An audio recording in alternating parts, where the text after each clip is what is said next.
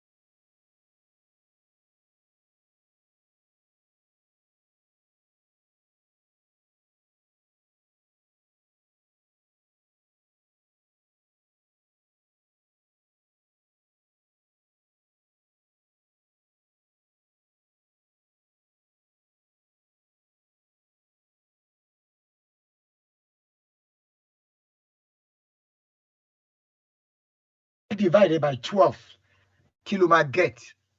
You understand? By 12, the width and the length to share instead of dividing by 9. So by divided by 12, to go on to share, but you're closing.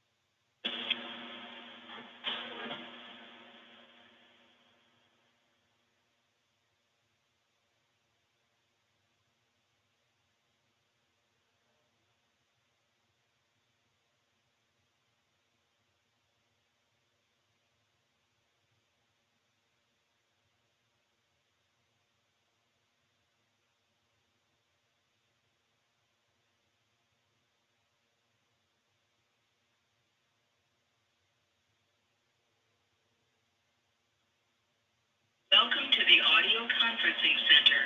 Please enter a conference ID followed by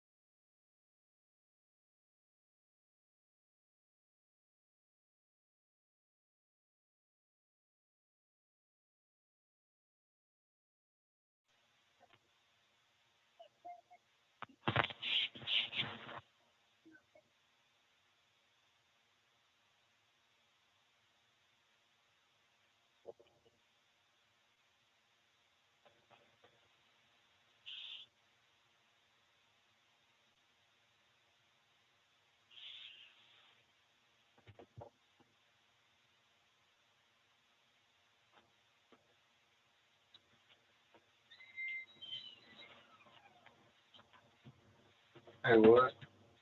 I called his number and it's complete silence here. I mean, it's starting at 5:30. Oh, it could be.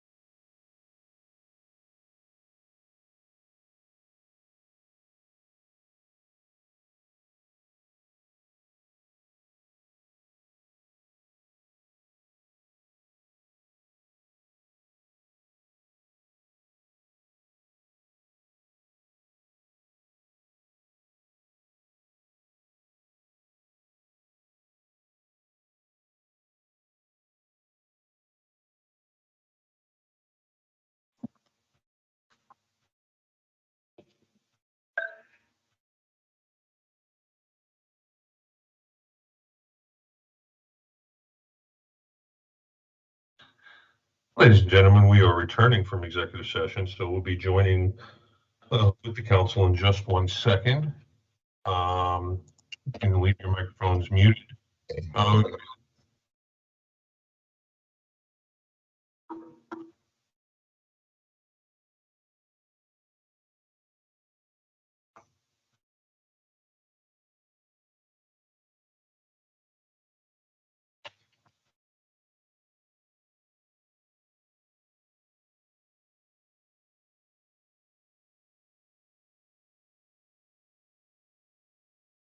Oh, Mr. Collins, Yes, ma'am. did you get my email earlier? I did, and we should just we should table them if you want. You should raise a motion to table them to a later date, and then when you want to bring them back, you just let me know. We'll add them back to the docket. Mm-hmm.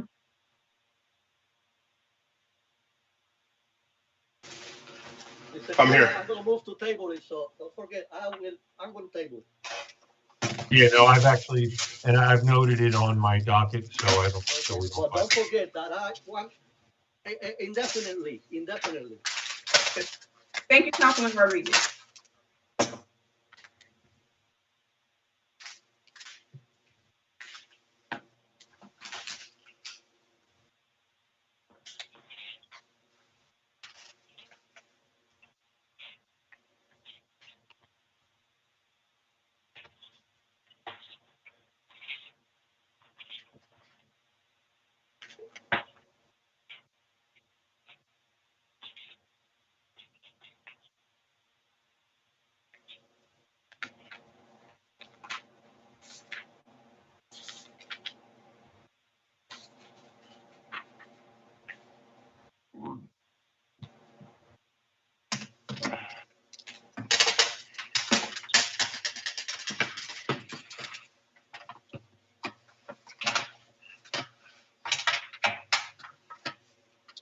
Ladies and gentlemen, if you could please take the time to mute yourselves during while we wait for the rest of the council to return, it would be greatly appreciated.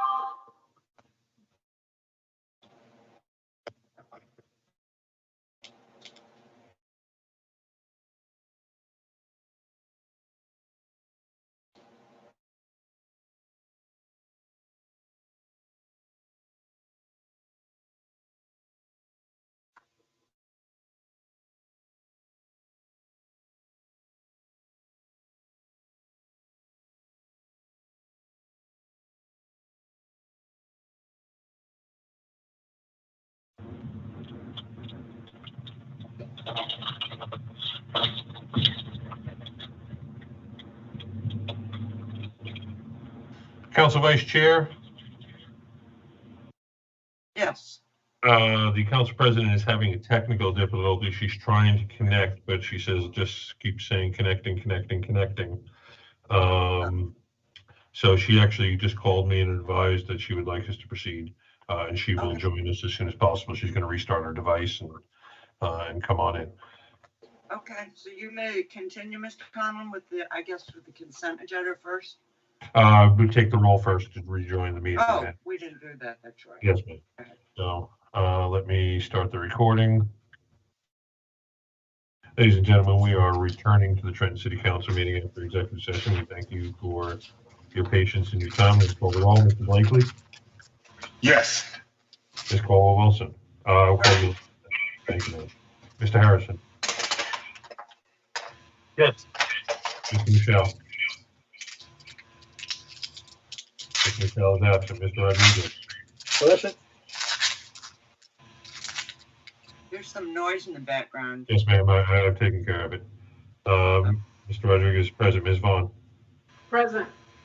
And Council President McBride is temporarily absent. The city clerk is here. Mr. Kaloji? Present. Thank you, sir. Mr. Cruz? Present. Thank you, sir. Mr. Cherry? I'm present. Thank you. Thank you, sir. Mr. Liston? Present. Thank you, sir. Mr. Bridges? Present. Thank you, sir. Mr. Wilson? Present. Thank you, sir. Mr. Douglas? Present. Thank you, sir. Mr. Daniels? Present. Thank you, sir. Dr. Lopez? Present. Thank you, ma'am. Mr. Onatieri? Present. Thank you, sir. Ms. Richardson?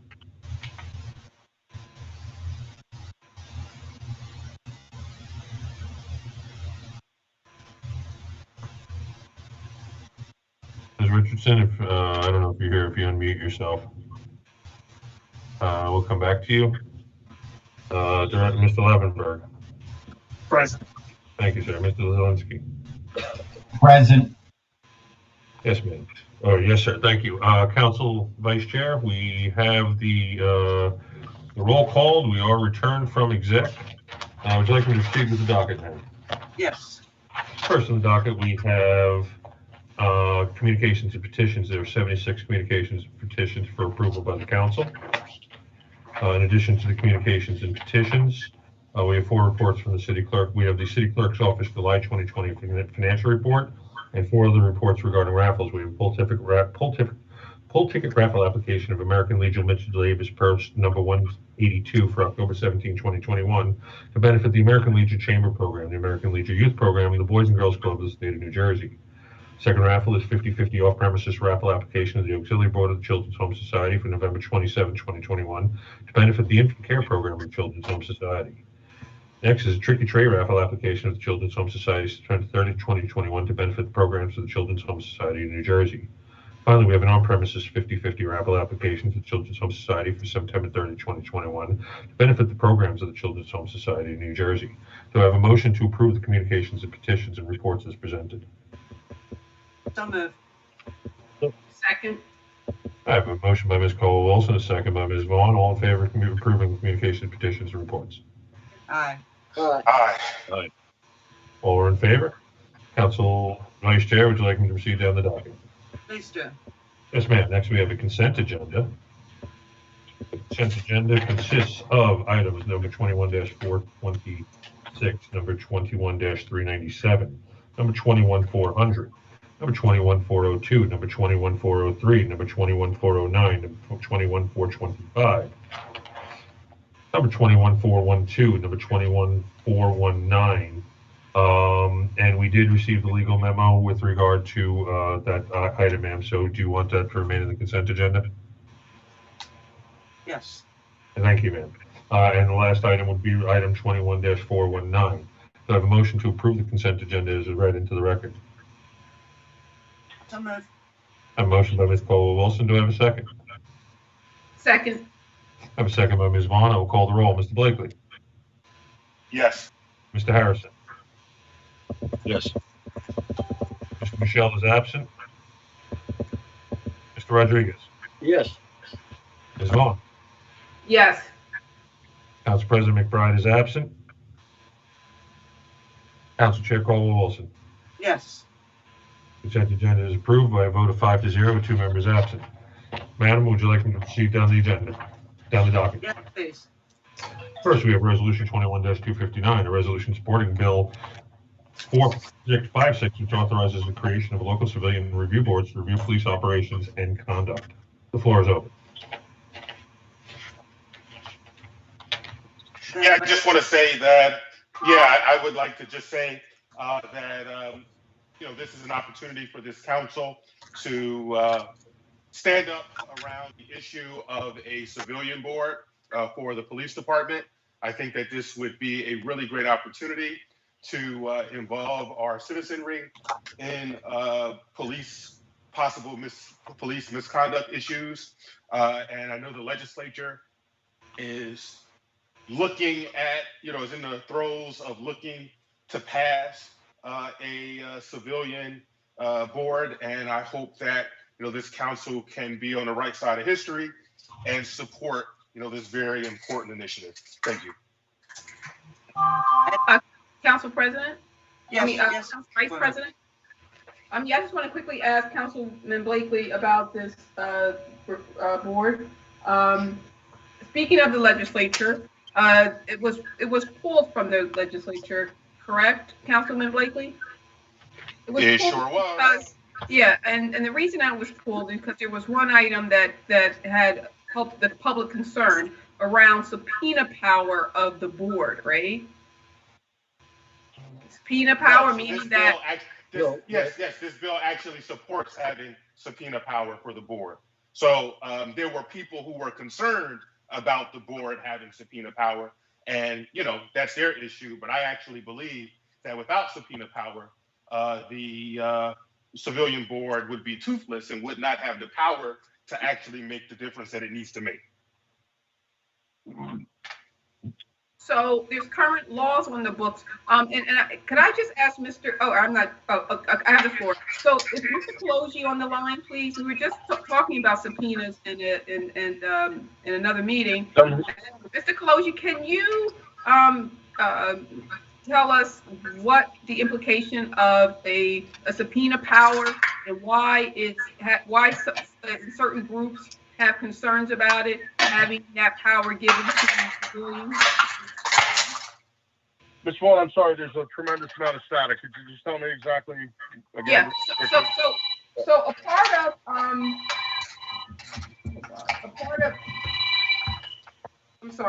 part of subpoena power, the issue with this bill that was introduced on the state legislature, and Councilman Blakely wants to send a message of support of, the legislature pulled it.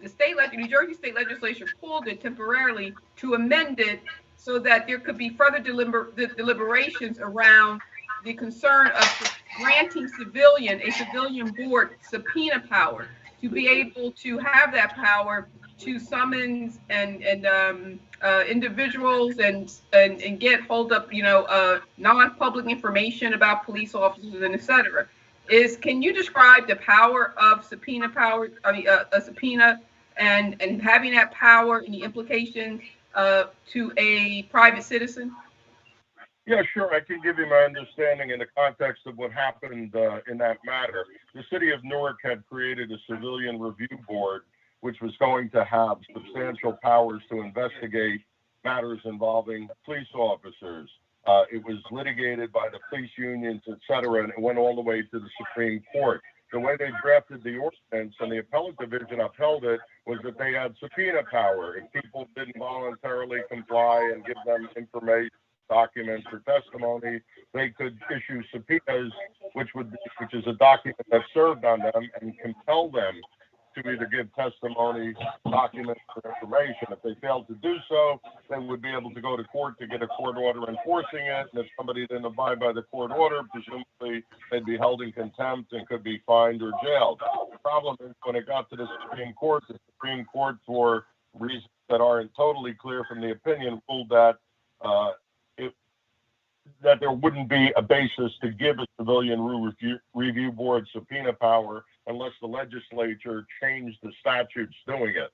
So my understanding is there were two main issues that went before the legislature. One, to give them subpoena power, and the other to deal with the issue that the Supreme Court said they couldn't investigate at certain points when the investigation was already being undertaken by the internal affairs function of the police department. But the more simple answer is, without subpoena power, they would be a toothless tiger. They would have power, but they would be unable to enforce it. If they sought documents, if they sought information, and it wasn't voluntarily provided to them, they would have no way of getting it. Consequently, they couldn't do their job.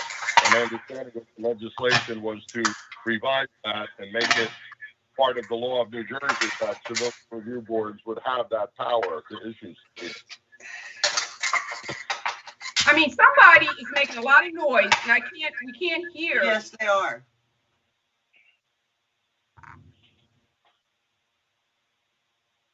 So, Mr. Clozier, can you repeat that last subpoena power? The disadvantage if the board, you're talking about the advantage, and if the board didn't have subpoena power, then it wouldn't have any teeth. And then we kind of got exactly right. It would be kind of a useless effort. You know, they could have the power to investigate, but if they can't be backed by some legal force to allow them to investigate, in other words, they write a letter, they say, we want all these records. Somebody ignores the letter. If they don't have subpoena power, they can't do anything further. They can't compel it, force it. So that was the whole issue of giving these bodies subpoena powers so they could actually get the materials they need to conduct their investigations. And the Supreme Court said that at this point, when they got the case in the law, they didn't have it, the legislature would have to give it to them. And that's my understanding of the bill that Mr. Blakely asked for the resolution initially to support, that that bill was going to give them subpoena power and was also going to modify their investigatory function in the context of not conflicting with internal affairs investigation functions. You knew that the bill was pulled. No one had communicated that to me, so you're much more up to date on that issue than I am. Yeah, the bill was pulled because of that. So, Mr. Blakely, are you concerned with the fact that potentially the board can conflict with the police department's internal affairs review? No, I am not. And I'll just say that it was pulled because there's a lot of feedback. There's a lot of feedback. Everybody silence your phones. Okay, so this was pulled because, and I'm actually a supporter. Well, I'm not even going to go into that. What I will say is this. The bill was pulled because police unions are generally against civilian review boards. That's why it was pulled. The Legislative Black Caucus, which represents, communities like Trenton, have been supportive of this bill. And, it was pulled based on political considerations and the pressure of police unions. And so, quite frankly, a broad array of social justice organizations, including the Institute for Social Justice, the NAACP, and a litany of other progressive organizations have, and the Legislative Black Caucus have spoken affirmatively about this bill. They support it. They think it's a good thing. Now, if you want to stand with the police unions, that's your business. You can do what you want. But I'm just telling you that, this is an opportunity for this council to be on the right side of an issue and convey to the state legislature that we believe that civilian complaints should not go down, the kind of, should not go down a path where they're not adjudicated through the existing procedures. And that's why, so many good people of good faith have been supportive of civilian boards. And, quite frankly, it has to be, without subpoena power, they're toothless. Without subpoena power, they don't have the proper powers to investigate potential police misconduct. And, I think that our people are fair. I think that our citizens are fair, and that we should provide an opportunity to highlight, for a fair system that the people have confidence. And quite frankly, my constituency, the people that I represent, a lot of young African Americans, folks of my age bracket, don't have much confidence in the traditional process for determining police misconduct. And that's why we believe that this bill would provide a fairer and more equitable manner of, they have been stalwart champions of this bill, as well as I mentioned, a great constellation of progressive organizations and you know, folks like the Reverend Charles Boyer of who just became the pastor of the AME Church in Trenton. So I just wanted to say that. I really appreciate Mr. Boyer and the Institute for Social Justice and other organizations who have made their opinions known on this issue. And as I mentioned, you know, the opposition to this bill is largely police unions who, you know, like things the way they are. And, you know, I certainly do not. And that's why I'm supporting this bill, or this bill. And I hope my colleagues support it as well. Yeah, and I appreciate you bringing this to the table. And I raised the question not to oppose you, Councilman Blakely, okay? So I raised it because I don't think many people understood some of the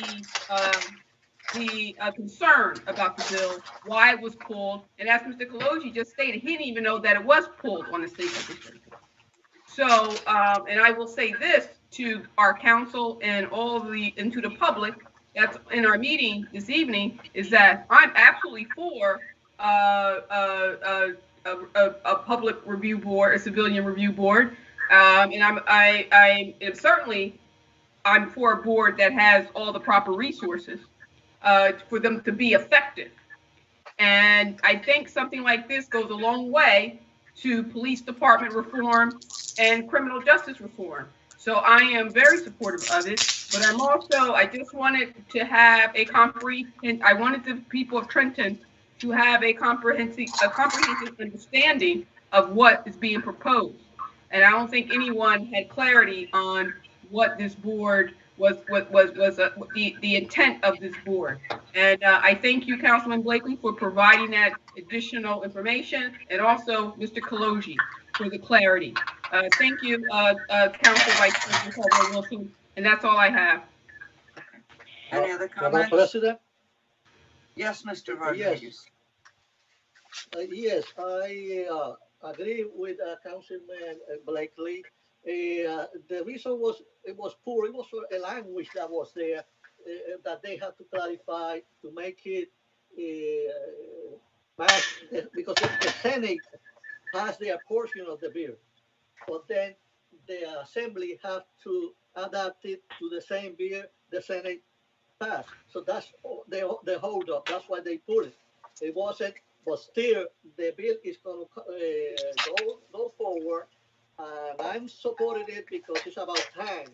You know, that we discussed in City Council once, Councilman Blakely's proposal for a civilian review board in Trenton, but the way it was, it had no subpoena power. So it was useless in a way, because they couldn't do anything.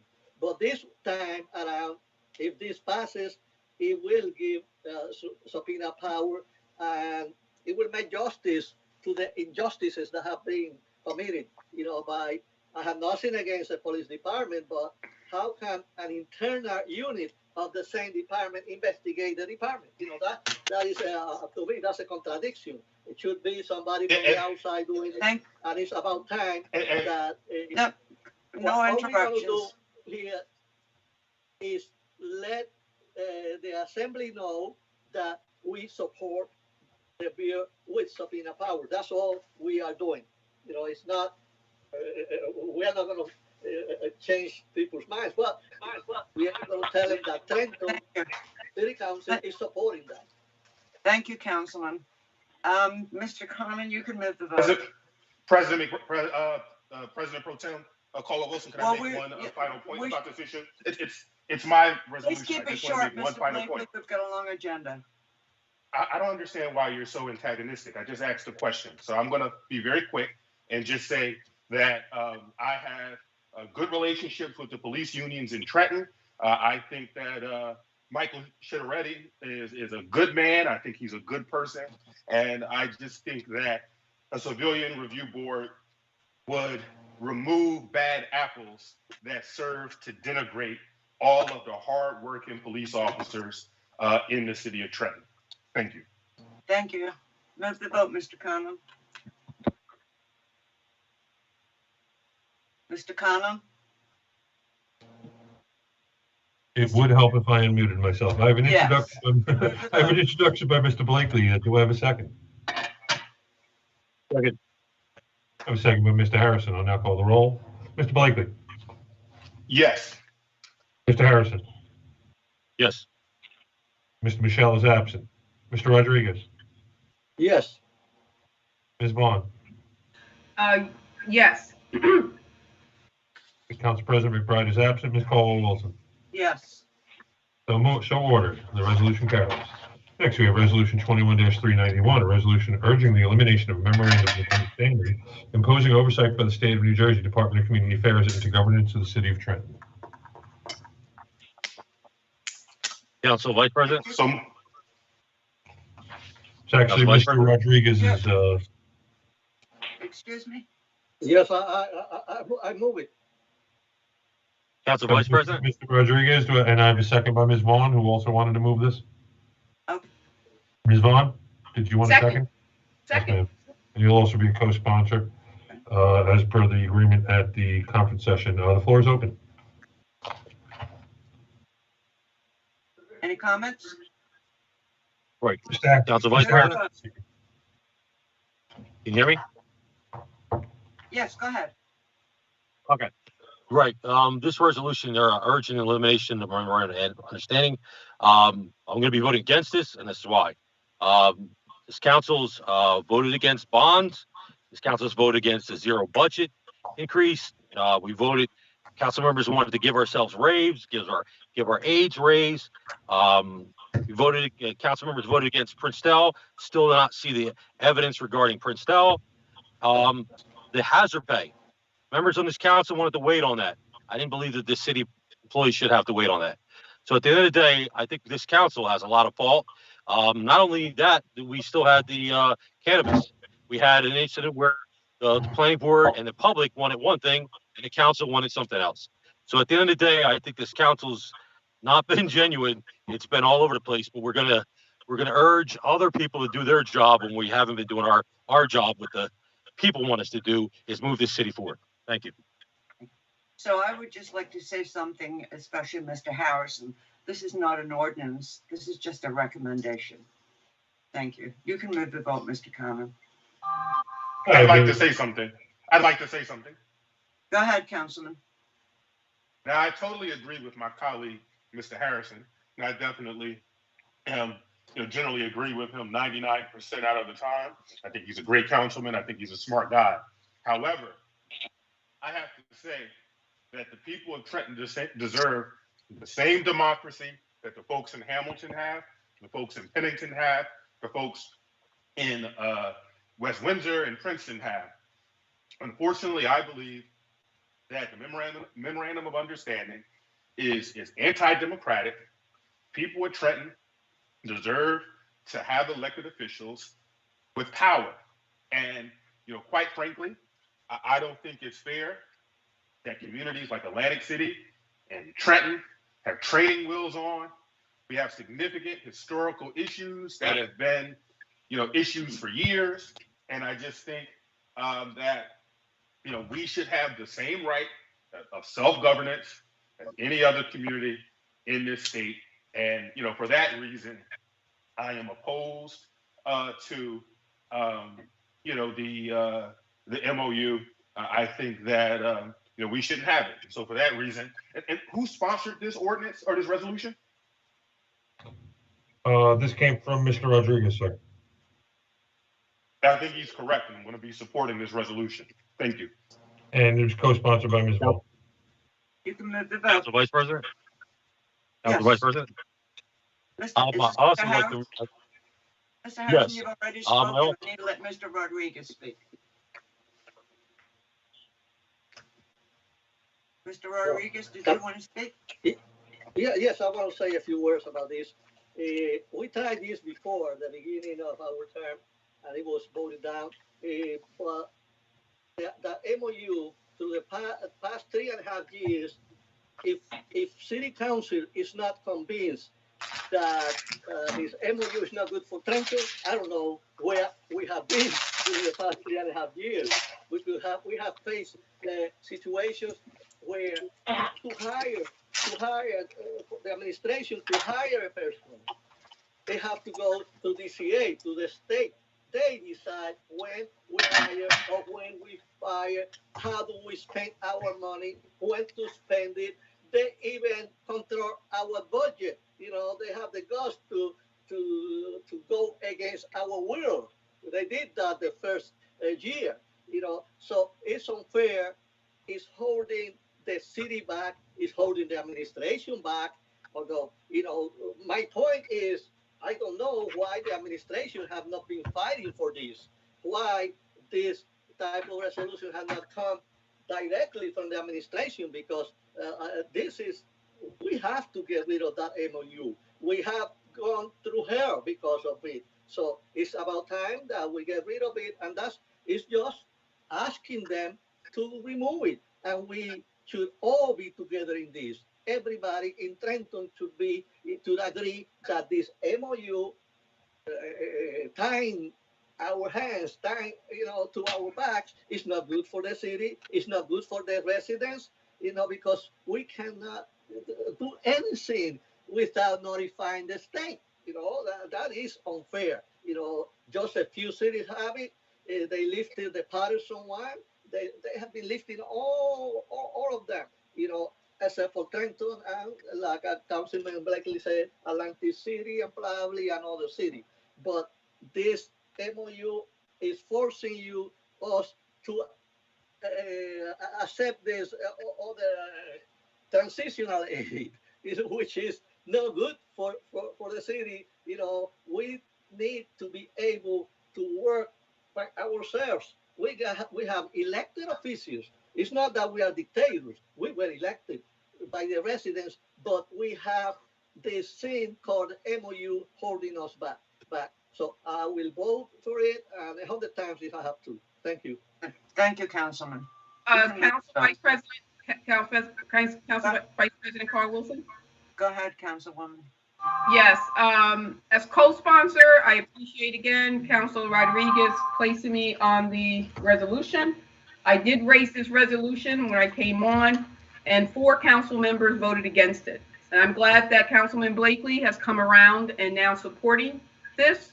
In the beginning, he did not. And that resolution failed, and that's part of our record. But I'm glad to see that Councilman Rodriguez is persevering here and felt that it should be reintroduced at this time in the 3rd year of our tenure. I will say that, yes, this memorandum of understanding is grossly unfair. It has no end date. It has been put into, it's perpetual, which is, again, unheard of for any contract or agreement. There's no end date whatsoever, and our municipality and the residents and taxpayers of it deserves it into it. But most importantly, it's unconstitutional. The state of New Jersey, like all other states in the union, all other 50 states in the union, operate or govern under the principle of home rule. And our state constitution is based on it. Home rule. It means that the state has minimal interference in municipal affairs. Municipalities are governed by their own elected government. We have our elected mayor. We have our elected council. We have our own fire department. We have our own school district. We have our own police department. We have our own tax base that pays for those services. And the state has no business, per the state constitution, New Jersey State Constitution of 1947, that all municipalities operate under and govern under home rule. So this memorandum of understanding is, quite frankly, unconstitutional. And it would not hold up in any court of law. if we were to pursue that avenue. So I would definitely support this, and I advocate for equal application of the law, equal application of the Constitution to the city of Trenton. And for that, I will be supporting this resolution. Yeah, I just wanted to say something too. When this memorandum of understanding, when the first one was signed, the whole purpose of transitional aid was every year it would decrease until it went away. DCA didn't follow those rules. They added more money. And I know for a fact that I'm sure that the mayor and administration would like to release this burden from us so that we can govern financially the way we're supposed to govern without having to go through all the red tape. So I will support it also. You can move the vote, Mr. Conlon. Yes, ma'am. I have an introduction by Mr. Rodriguez and a second by Ms. Vaughn. Your co-sponsor, ma'am. Yep, second. An introduction by Mr. Rodriguez, a second by Ms. Vaughn. Now call the roll, Mr. Blakely. Yes. Mr. Harrison.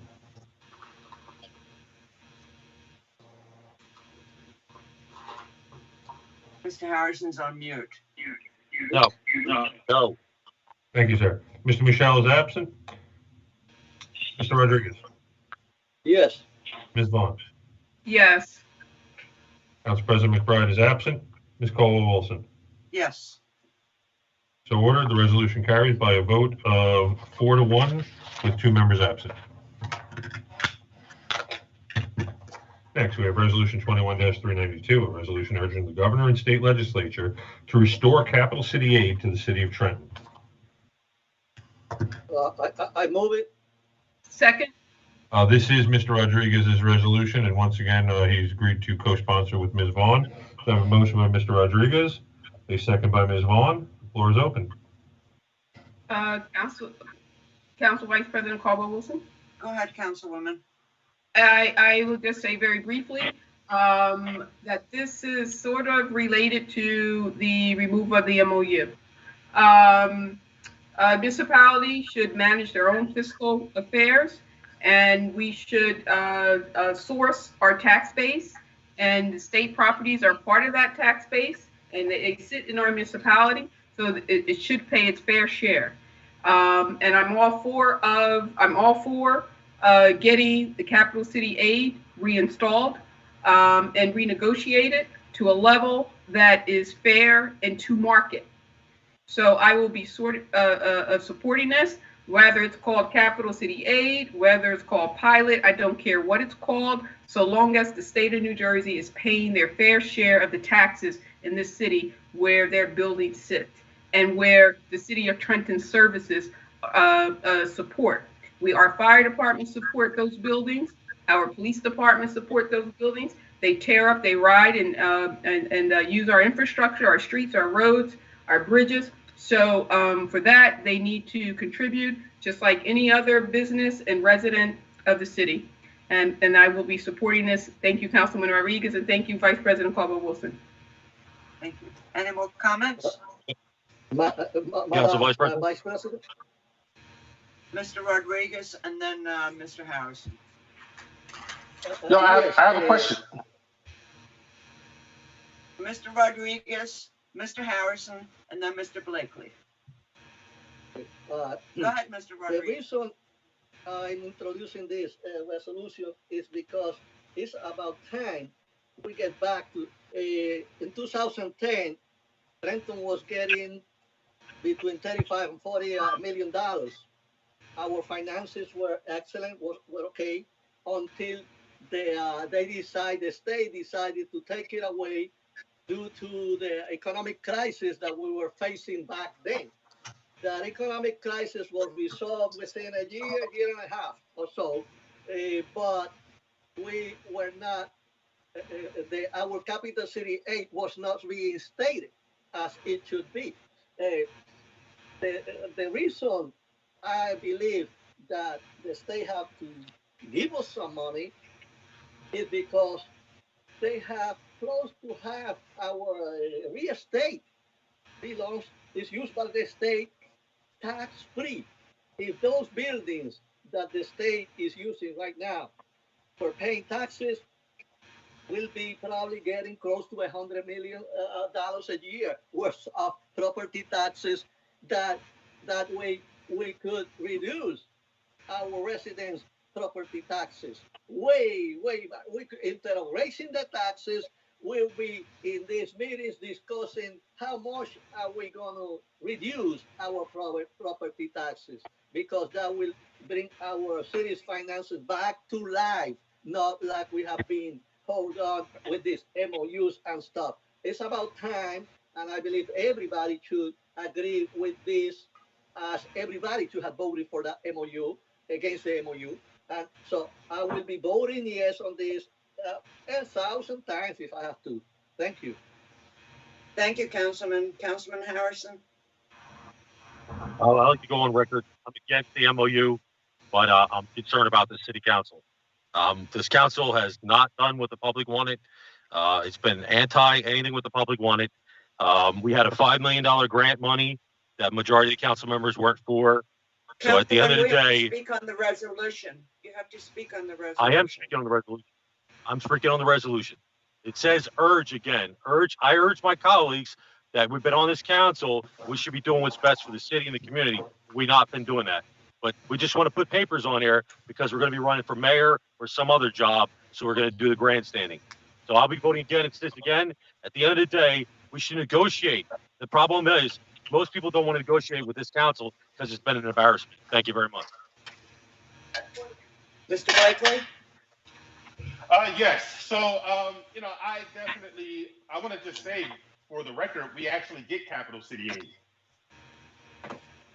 I mean, that's a fact. That's not my opinion. That's not, something that I've surmised. It's a fact. So I think that this particular ordinance should be changed to say that we should get more capital city aid.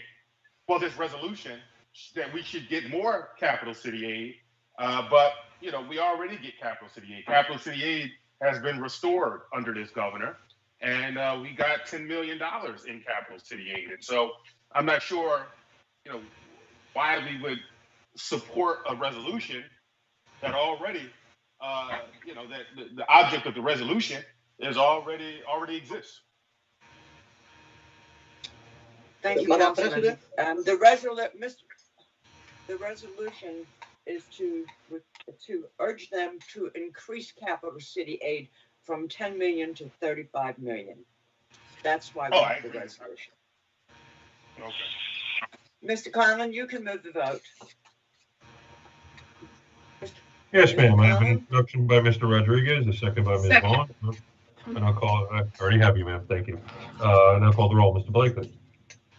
Yes. Mr. Harrison. No. Mr. Michelle is absent. Mr. Rodriguez. Yes. Ms. Vaughn. Yes. Council President McBride is absent. Ms. Caldwell-Wilson. Yes. Resolution carries by a vote of 4-1 with 2 members absent.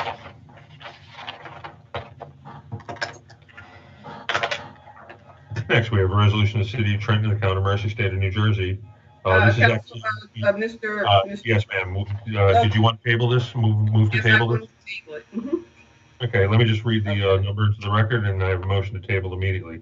Resolution of the City of Trenton, County of Mercer, State of New Jersey, authorizing making of an application to the local finance board of the Division of Local Government Services, New Jersey Department of Community Affairs, to dissolve the Trenton Parking Authority, City of Trenton, assume its operations, students outstanding balances.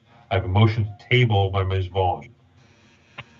I have a second by Ms. Caldwell-Wilson. I'll call the roll for the table.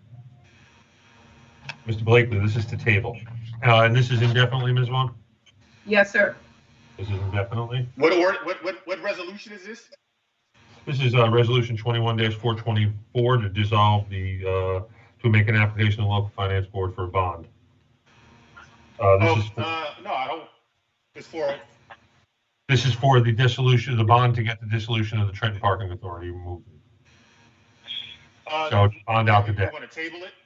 She wants to table it. We're voting. Yes. This is indefinitely. Mr. Blakely votes to table indefinitely. Mr. Harrison. Are you talking, what's the number again? 21? 424. This is to table. All right, let me put it up on the screen. No, but why don't we actually vote on this? I mean, why Mr. aren't we actually? We're not going to have conversations. I do have a motion on the floor to table, and I must proceed with the vote. We are in the middle of the vote. Mr. Harrison, your vote, sir?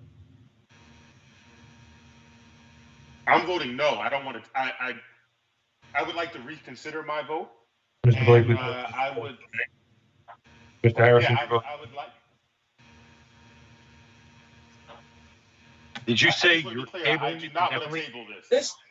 This is Mr. the table. Conlon, please This is the explain table. that this is a, Mr. Conlon, please explain that this is a resolution to dissolve the Trenton Parking Authority. And it is sponsored by Councilwoman Vaughn, and she is requesting to table it.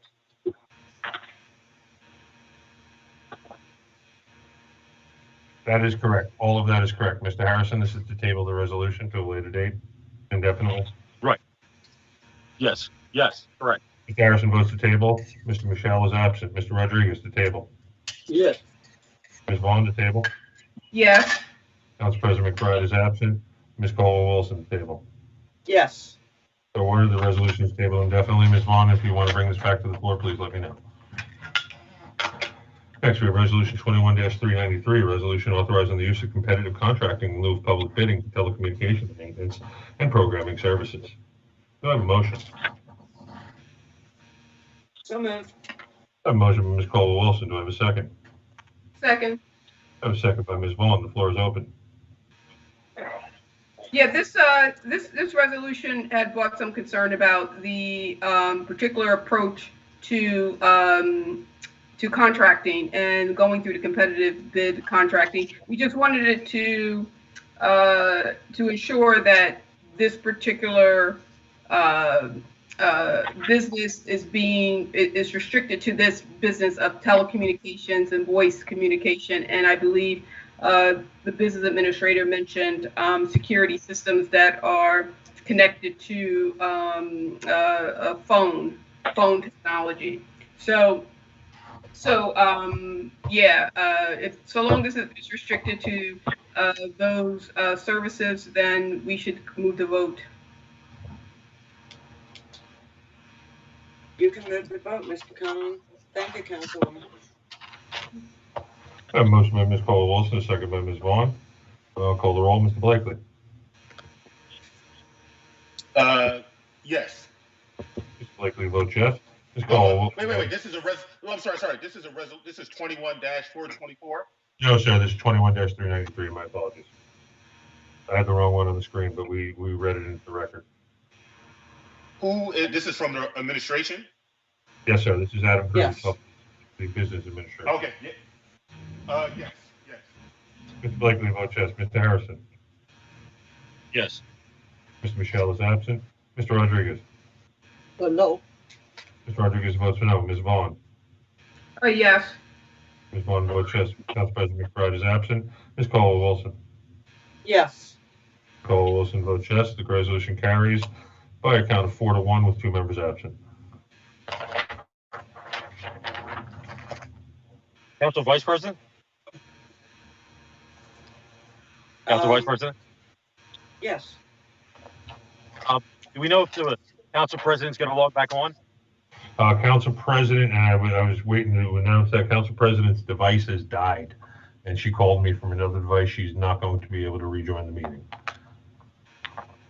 I'm sorry, my lid fell. So she will not be rejoining. You can move, Mr. Conlon. Yes, ma'am. Next, we have Resolution 21-394. This is a resolution authorizing the expenditure of $4 million from the funds allocated to the City of Trenton under the American Rescue Plan Act of 2021 for repair and improvement to the water system serviced by the city. Do I have a motion? So moved. So moved. So moved. I have a motion from Ms. Colwell-Wilson. Do I have a second? Second. I have a second from Mr. Harrison. Floor is open. Now, Council Vice President Colwell-Wilson. Go ahead, Councilwoman. Yes. Again, this was originally introduced as a bond under the Water Department, and then it was opted that we use the Rescue Act plan, which under that plan, funding, it does permit us to do so. to fund infrastructure projects like this one is. However, does this require supermajority or majority vote, Mr. Collins? I'm going to have to defer to the lawyers for this. I believe it's just a simple majority for the allocation of the funds. Okay. I would defer to Mr. Bridges and or Mr. Kaloji in this matter, please. Mr. Kaloji? Mr. Kaloji, are you there? While he gets on, I believe it's a simple majority. Yeah, I'm sorry. I totally agree. It's a simple majority. Okay. Thank you. Yeah. So all right. I'm willing to move to the vote on this one. All right. You can go ahead with the vote, Mr. Conlon. Yes, ma'am. This is Resolution 21-394, a resolution authorizing the expenditure of $4 million from the funds allocated to the City of Trenton under the American Rescue Plan Act of 2021 for repair and improvements to the water system serviced by the city. I have a motion by Ms. Caldwell-Wilson, a second by Mr. Harrison. Mr. Blakely, your vote, sir. Yes. Mr. Blakely votes yes. Mr. Harrison, your vote, sir. Yes. Mr. Harrison votes yes. Mr. Michelle is absent. Mr. Rodriguez, your vote, sir. Yes. Mr. Rodriguez votes yes. Ms. Vaughn, your vote, ma'am.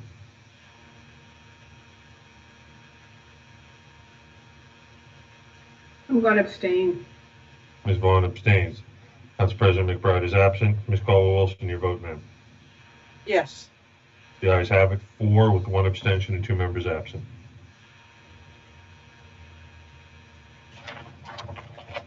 So ordered. Next, we have Resolution 21-395, a resolution authorizing a study by the Planning Board to determine whether the entire city of Trenton should be designated as an area in need of rehabilitation. Mr. Conlon, I have something to say about this. I would like to table this until we hear back from our economic development attorney. We have been further discussion on this before we voted. I have a motion to table by Ms. Caldwell-Wilson. Do I have a second? Second. I second it. I have a second by Ms. Vaughn. And I'll call the roll. Mr. Blakely, to table? Yes, please. Yes.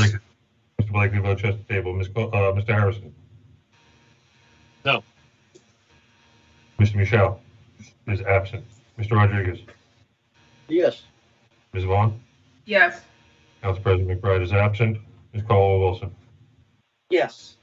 Motion is tabled to such time as an opinion is rendered by Mr. Hoffman. Let me just make a note of that.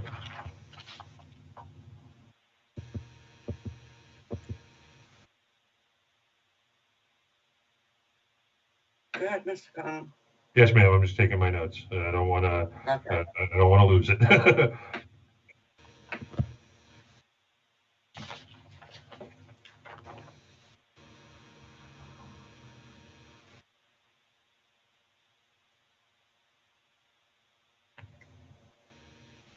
Thank you. Next, we have Resolution 21-426, a resolution authorizing payment to Chubb Insurance Company, New Jersey, 500 Ross Street, I-54-0455, Pittsburgh, PA 152-001 for property insurance premium in an amount not to exceed $352,582. Do I have a motion? So moved. A motion by Ms. Caldwell-Wilson. Do I have a second? Second. Second. I have a second by Ms. Vaughn. Floor is open. Would you like me to move the vote, ma'am? You can move the vote. Yes. Yes, ma'am. Mr. Blakely? Yes.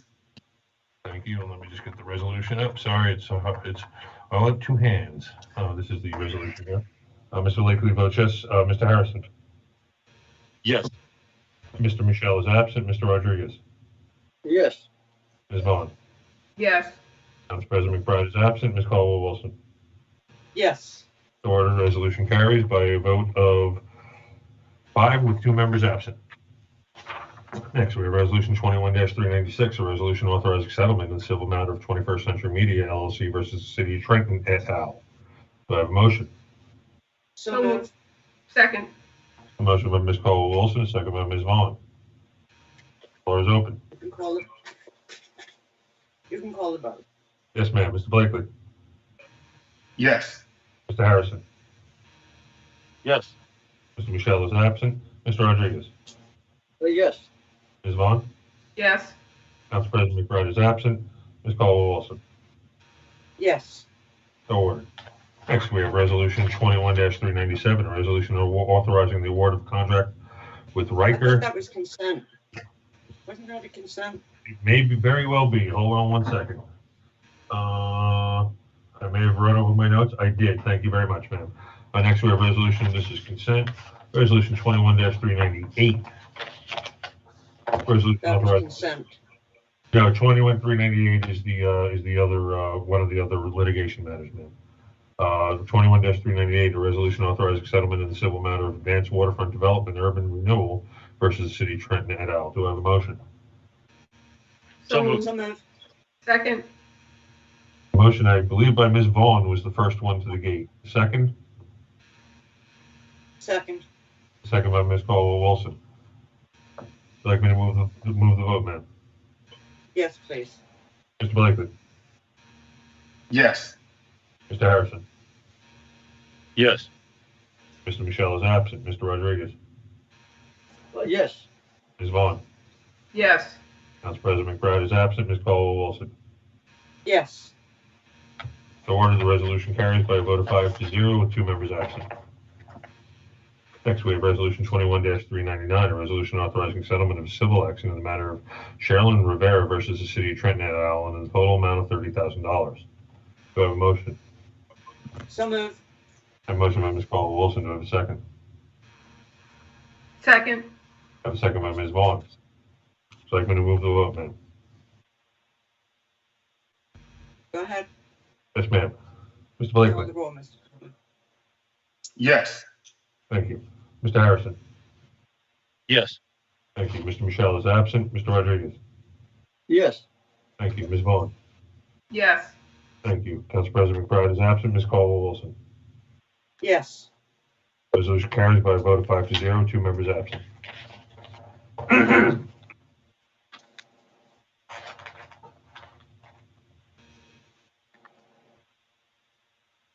Next, we have Resolution 21-363, a resolution authorizing a contract with MPS Communications, 1420 South Broad Street, Trenton, New Jersey, 08610, to be awarded from April 1st, 2021 through September 30th, 2021, to provide Federal Communication Commission, FCC, private carrier station infrastructure services for radio communications in an amount not to exceed $145,612.50.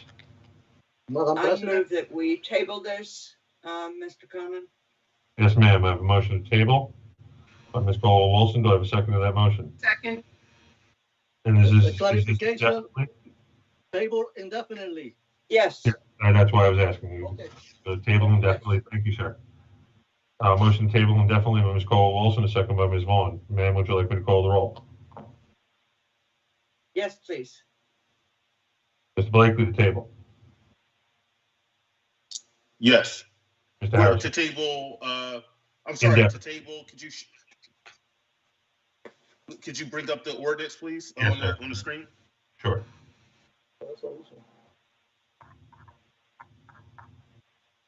It should be the next one. 9. There it is, sir. Oh, yes, absolutely. Thank you, sir. Ms. Blakely votes to table. Mr. Harrison.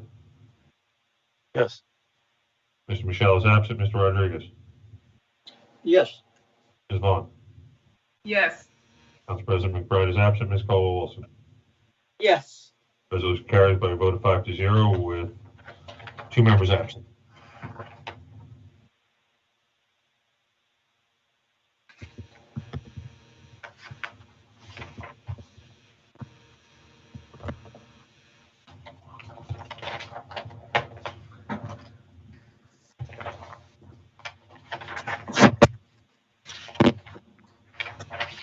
Next, we have Resolution 21-404, resolution authorizing emergency appropriations to the transitional year 2021 February budgets in the City of Trenton Current Fund.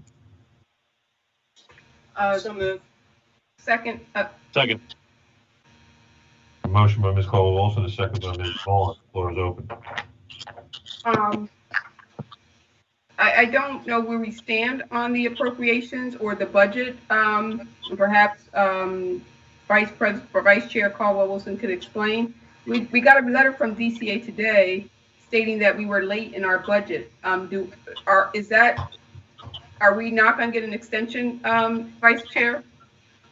Well, I'm going to ask Mr. Zelinski to address that. Mr. Zelinski? Mr. Zelinski? Mr. Sorry, got to unmute here. I'm not on my iPad anymore. That is, they, again, want us to move along timely. They had hoped we were going to adopt the budget sooner. What I believe I got today, somebody emailed me, is they set the tax rate for the city of Trenton. We still have to adopt the budget, but the budget that we adopt is going to have to equal the tax rate that they set. So that's where we are with that. Mr. Zelinski, we got a letter today saying we're late with our budget. So what is the issue? Hold on one second, ma'am. Let me find out who's. Ladies and gentlemen, if you are not on council or not on the not being asked a question, can you please mute yourself? In IT, can you please help me? I'm trying Please to mute yourself, whoever you are. I'm looking for it, man. I'm sorry about that.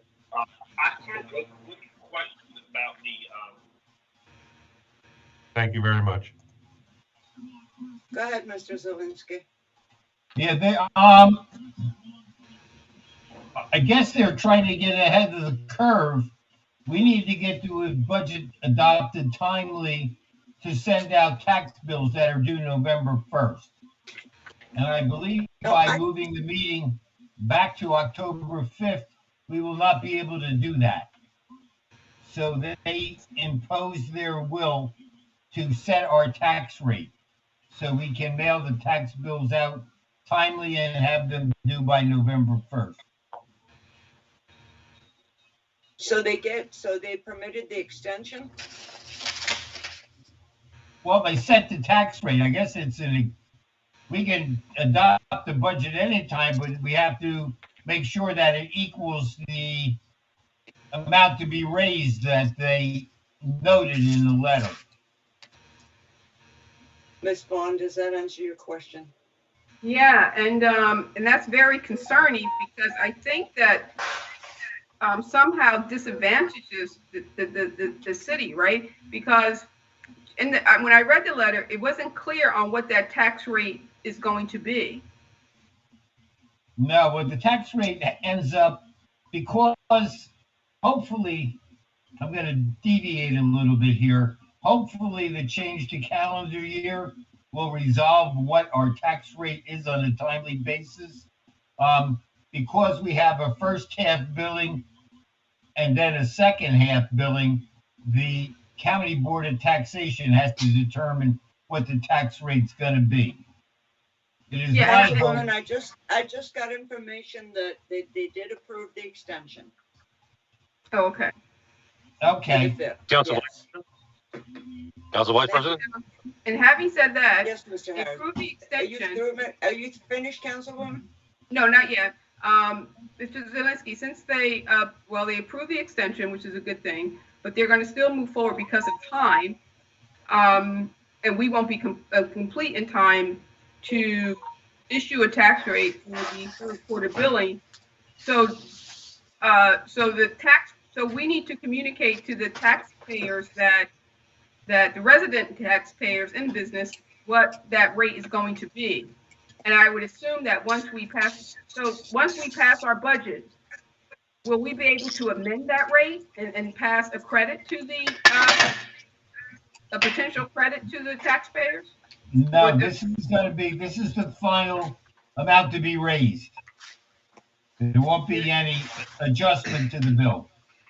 Yeah, that's what I thought. That's what I thought I read. So they're gonna calculate the rate.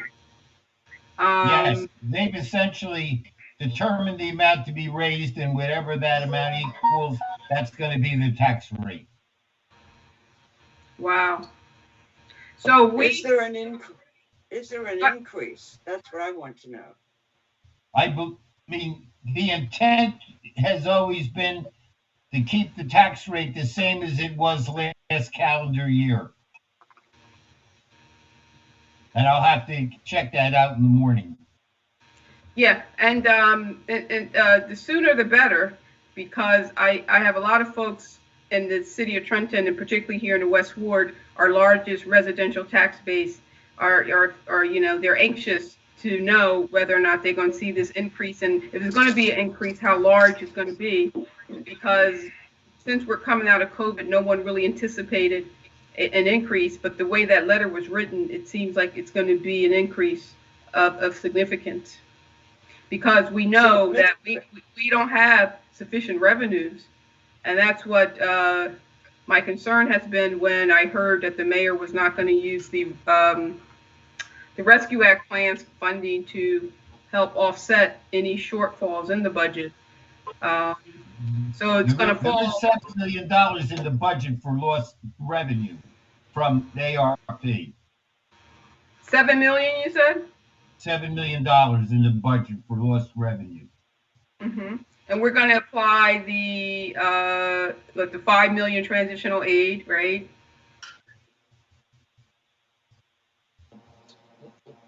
No, I'm not following you. There's $5 million there. That's a $5 million grant to buy police cars and some other selected capital items. So we really going to have a shortfall. You should. So, Councilwoman, I would like Mr. Cherry to speak on this, if you don't mind. Oh, absolutely. Mr. Cherry? Can we put the resolution up, Council Vice President? Thank you. Yes, ma'am. Mr. Cherry, would you speak on this issue?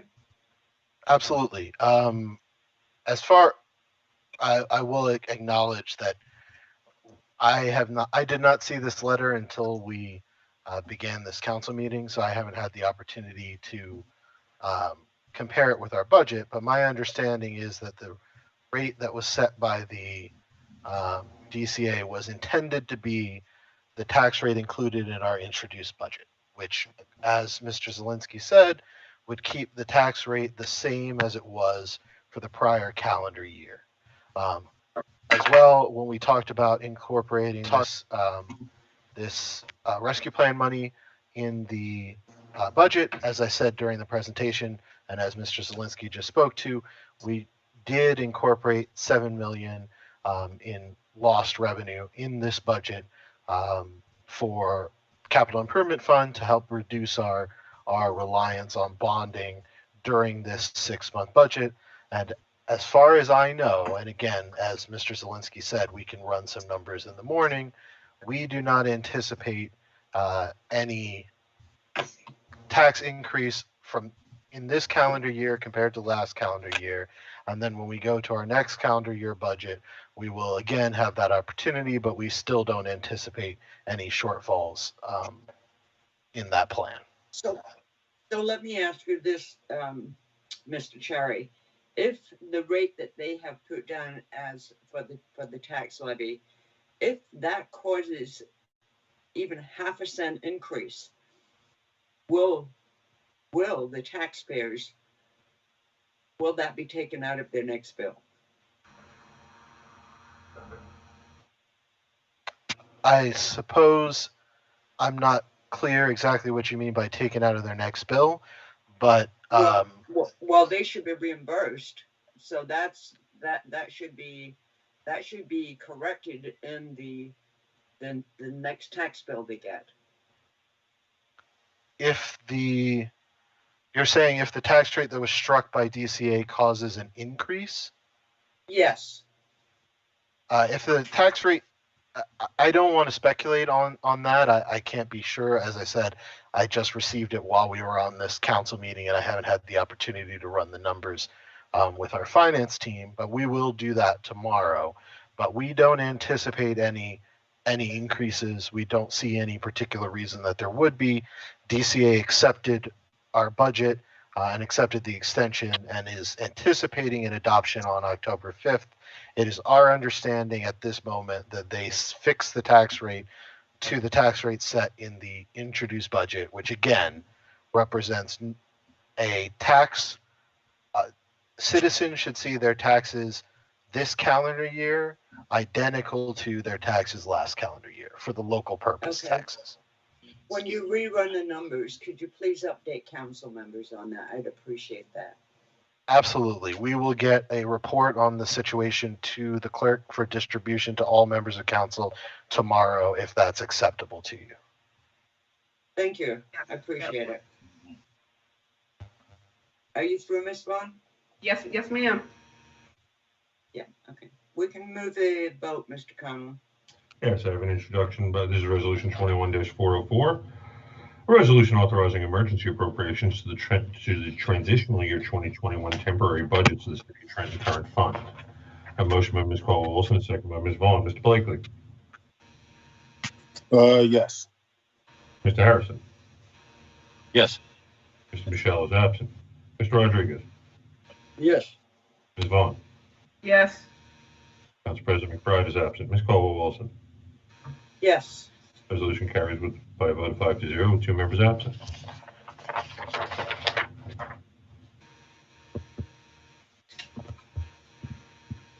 On the next resolution, I just wanted to explain a typo on the docket. This resolution was actually updated and a typo carried over in the docket. The amount is actually $50,000. It was amended from $350,000 to $50,000 between Tuesday and Thursday. So I apologize for the mistake that carried over on the docket that wasn't changed. This is Resolution 21-406. This is a resolution authorizing the award of a contract to the law office of Goldenberg, Mackler, Saya, Mintz, Pfeffer, Bonci, and Gill to provide specialized professional legal services regarding in-rem tax foreclosure litigation matters through a fair and open process in accordance with NJSA 19:44 Cap A 20.5 at second, an amount not to exceed $50,000 per RFP 2021-25. Do I have a motion? So moved. A motion by Mr. Harrison. Do I have a second? Second. I have a second by Ms. Caldwell-Wilson. The floor is open. Madam President, Yes, Councilman. on Tuesday, I was promised by the law department director that he was going to send email all council members the record of this contract. This is not a new contract. We had this before, and I requested to see, how many foreclosures, and the details on at least the last year, what happened with the money that we have been approving to this attorney, and I never received that information. Mr. Bridges?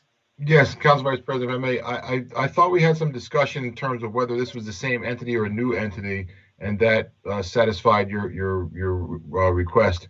If you still would like to have that prior to voting on this, I'm happy to. No, Mr. Bridges, you told me that your assistant attorney was going to do it, and I requested for you to send it to every council member Tuesday.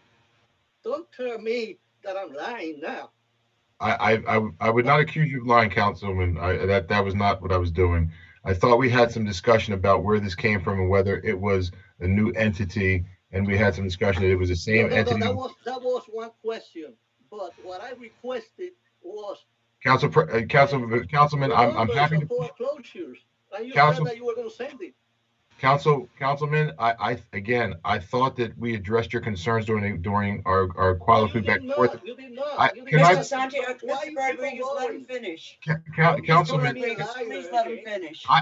Councilman, I did not call you a liar, nor would I call anybody on this call a liar. What I said was I thought I answered the question. However, if it's not answered to your sufficiency, I'm happy to pull this and to provide that information. We could put it on the next docket. Again, we had I am not finished talking. I'm not done talking. Mr. Rodriguez, please let him finish. Please. I'm not done Mr. talking. Mr. Rodriguez, please let him finish. I understand your concern. I thought we addressed this during the last call. However, it's not addressed. I am happy to pull this now and to provide that information to you. I did not call you a liar. I simply said I thought we addressed your concerns during our call. Your concerns clear. So, Mr. Madam Conlon, President, Your concerns clearly were not addressed. Rodriguez. Therefore, I would like to pull this so I can address your concerns. Okay, Council. Mr. Bridges, Mr. Rodriguez, Mr. Conlon, Mr. Bridges has offered to pull this resolution. Do I have a motion to table by council until Mr. Bridges provides the? So moved. So moved. Second. A motion by Mr. Harrison to table. Hold on a Second. Until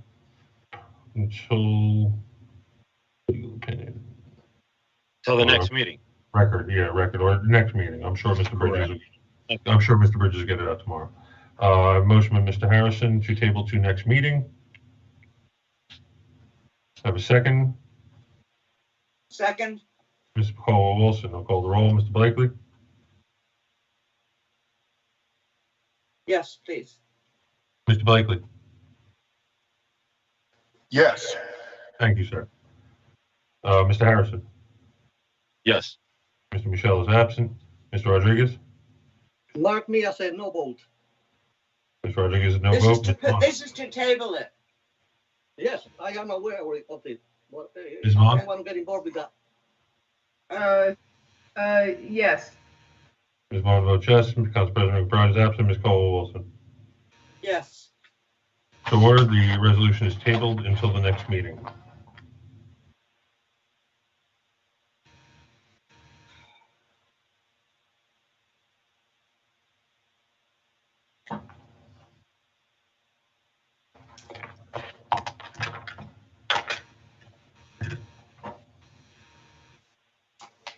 Next, we have Resolution 21-410, a resolution accepting and awarding negotiated contract with Pool and Spa LLC for on-call swimming pool maintenance for 5 public swimming pools for a period of 1 year from July 1st, 2021 to June 30th, 2022, in an amount not to exceed $75,000.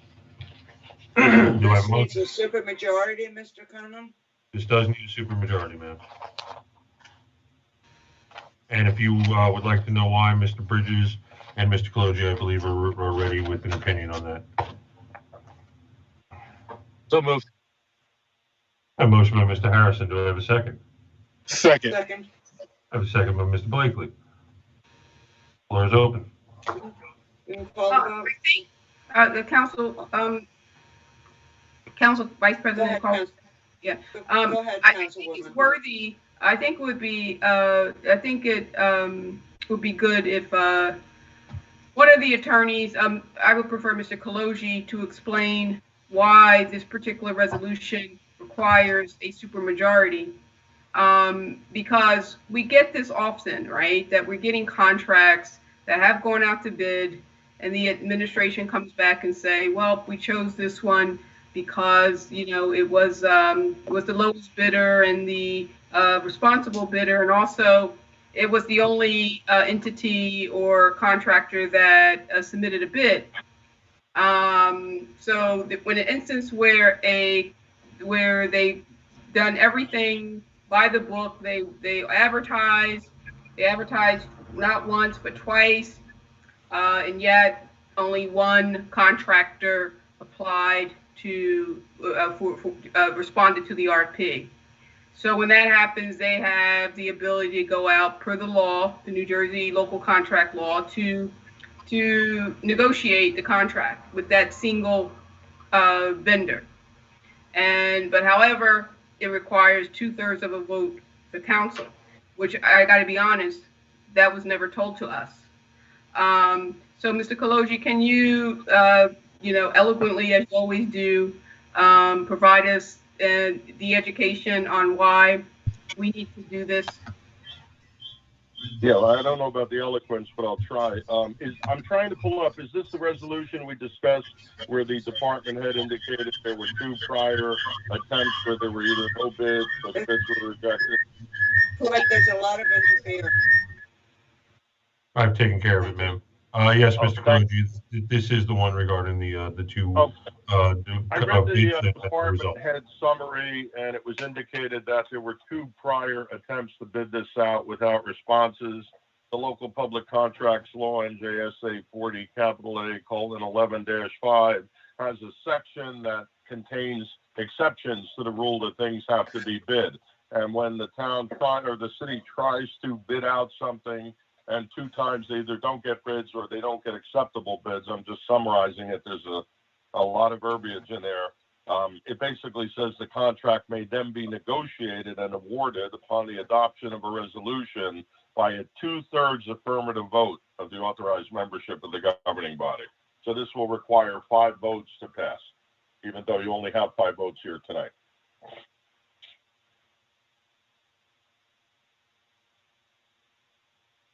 We just table this until we have a full membership Who's present. this?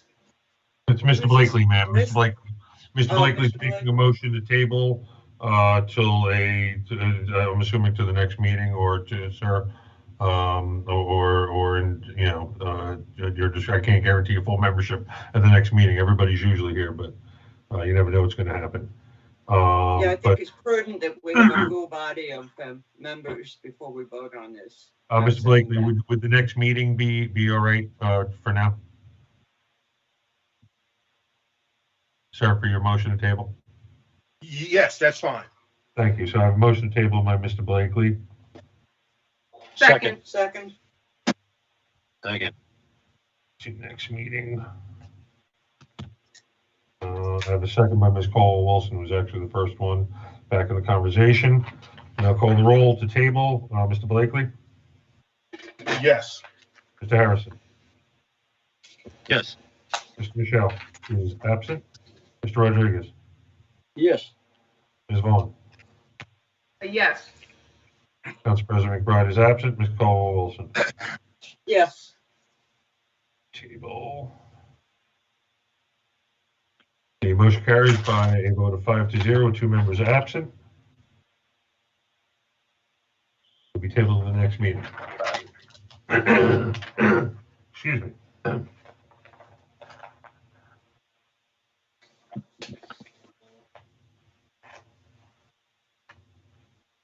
The next item, I'm going to need on Tuesday, it was pointed out that the next item is Resolution 21-411. I'll read the caption to the record. There is a procedural issue with this. This is Resolution 21-411. Mr. Collin, I thought that was pulled. That's why I'm just going to read the title. He's going to explain that. Okay. This is resolution accepting a bid and awarding contract to Zamparelli Contractors LLC for construction of ADA compliant ramps as directed at various locations within the city of Trenton 2021-1 for a period of 1 year from June 24, 2021 to June 23, 2022 in an amount not to exceed $750,000 to bid 2021-36. This particular resolution failed on July 8, 2021. Accordingly, the rules of procedure will not be allowed to come back unless a motion to suspend the rule is made, which would also require a supermajority to suspend the rule. Accordingly, and I'm going to solicit if I can, Council Chair, the advice of Mr. Kaloji. Can we just move past this on a procedural and note it for the record, and then move to the next resolution, sir? Absolutely. Or should there be a formal vote? What is the question? Whether we can? Yeah, under A316, A316 has the 1 year ban on a resolution that fails, and this did fail on July 8, 2021. And it did make it through the docket process. However, Council President pointed out on Tuesday that it did fail, and procedurally it should not be heard at this time. And I just wanted to confirm that before we move on, if that would be proper procedure. That's the provision of A316, the 1 year provision. The only way it could be brought back up, I would say, is with a supermajority vote to suspend the rule, or if there were a new bid and it were a different amount, a different date, that would be a different resolution. Thank you very much. I just wanted to get the opinion on the record for that. Thank you, Council Chair. That being Council Vice President. Council Vice President. Yes, go ahead. It's Council. Go ahead, Councilor. This was put back on the docket because it's not the right construction company. It was told by Director Wally on Tuesday that it was the wrong company, and we still have the name of the wrong company, and we're not. I mean, he said it over and over. It's not the company that people were saying, but we weren't listening. I mean, could Wally elaborate again? I mean, that's what I'm saying. We pulled this off the dock. What's that? I can't hear you. Mr. Conlon? Yes, ma'am, I'm here. Please go through the process here. I can't hear you. What'd you say? Okay, so Mr. Harrison, what she's basically asking is, she's going to move. She wants to move forward because under A316, even if the information was incorrect, it was still voted on. In order to resuscitate it and bring it back, it would have to be voted. Somebody would have to raise a motion with a supermajority to suspend the rule in order to bring it back. And Mr. Kaloji had explained that just a minute ago. And that's right. Actually so if you wanted to bring this back, should have been, like I said, Council Vice President, you should have been listening to Wally. He explained it, but we didn't. So this is what I'm saying when the council doesn't listen and doesn't do the right thing. Here's another case. Check that down. Well, and sir, I'd be happy to work with you to draft a resolution that would just, to do that if you want me to. So, Mr. Conlon, due to the fact that this was already done in the past, it has to come back in another form of resolution. Is that correct?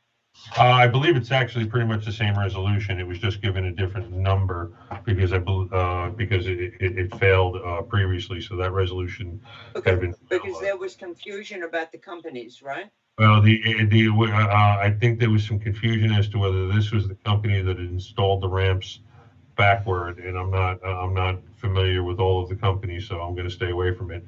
But I do know that this is actually it's not. I believe the confusion was that this was affiliated with Diamond, and it actually is affiliated with Rippey, is another company that works out of the same address, location, and corporate structure. Okay. So it's not Diamond. Right. That's put up on the screen. Okay. Right, Mr. Collins. Tuesday night, you put that up on the screen. You put up that on the screen Tuesday night to verify. The addresses for Rippey and for Zamparelli are the same. They do not match the address for Diamond. That's the only. That's the only. I don't know whether that means anything, but that's. So Mr. Harrison, please. Right. So I'm going to suggest that we take a vote to suspend the rules and move this forward. Council Vice President, if I may also. Yes. I was not here when this ordinance, this rules of procedure passed, but based on the rule that I'm looking at, that rule applied to resolutions that were brought by council. The 1 year non-vote again rule that was not applicable to resolutions that were brought by administration. And I'm actually looking at that resolution now. And it's pretty clear that respectfully, this is the council's floor. This is they move all resolutions on this floor. The administration doesn't have a seat on the council, and all resolutions must be moved by the council. So even though it was put forth by the administration through a council person, I disagree on the procedural part of that. But that's your interpretation of that. That is my interpretation. That's what I'm. Thank you for your interpretation. Sure. I put a motion on the floor. Yeah, Council Vice President Carla Wilson. Yes, Councilwoman. The reason why this was pulled, it failed the last time. There was concern that that this did not properly go out to bid. That this particular company had gotten a contract not through the fair and open process, and that there were no other bidders, And then they changed their name to Zamparelli when they were always known as Rippey Concrete. And to give the, well, allegedly to give the impression that they were a different company. But they're not. They're the same company, changed their name. Has nothing to do with Diamond at all. That the company that I believe George and Councilman Michelle and Councilman Rodriguez had concerns with the quality of the work. No, this is an issue or questionable around whether this company received this contract competitively and fairly. And it doesn't believe it, and you know they have gotten it the same one every year, and it's just curious as to whether it went out to bid, and that was the question. That was the reason why it failed initially. Council Vice President. Go ahead, Councilman. Yeah, Go that's ahead, not true. Councilman. It was stated that it was in regards to Diamond Construction. That's what it was in reference to. Mr. Wally Onateri explained that on Tuesday, and this is what I'm saying again. We still are not listening. Can we please have Wally, Council Vice President, speak on this? Because this is this. Mr. You know what I mean? Director Onateri, would you like to speak on this again? Yes, good evening, Council Vice President. Good evening, Council. Exactly what the Councilman Harrison said. Initially, when this came up, the question was, this same Zamparelli, somebody misunderstood them for Diamond. And I tried to explain that it's not the same thing. So they did not vote on it. It was pulled out. So we came back with it again to show that it's not Diamond. And that was when this whole thing was on.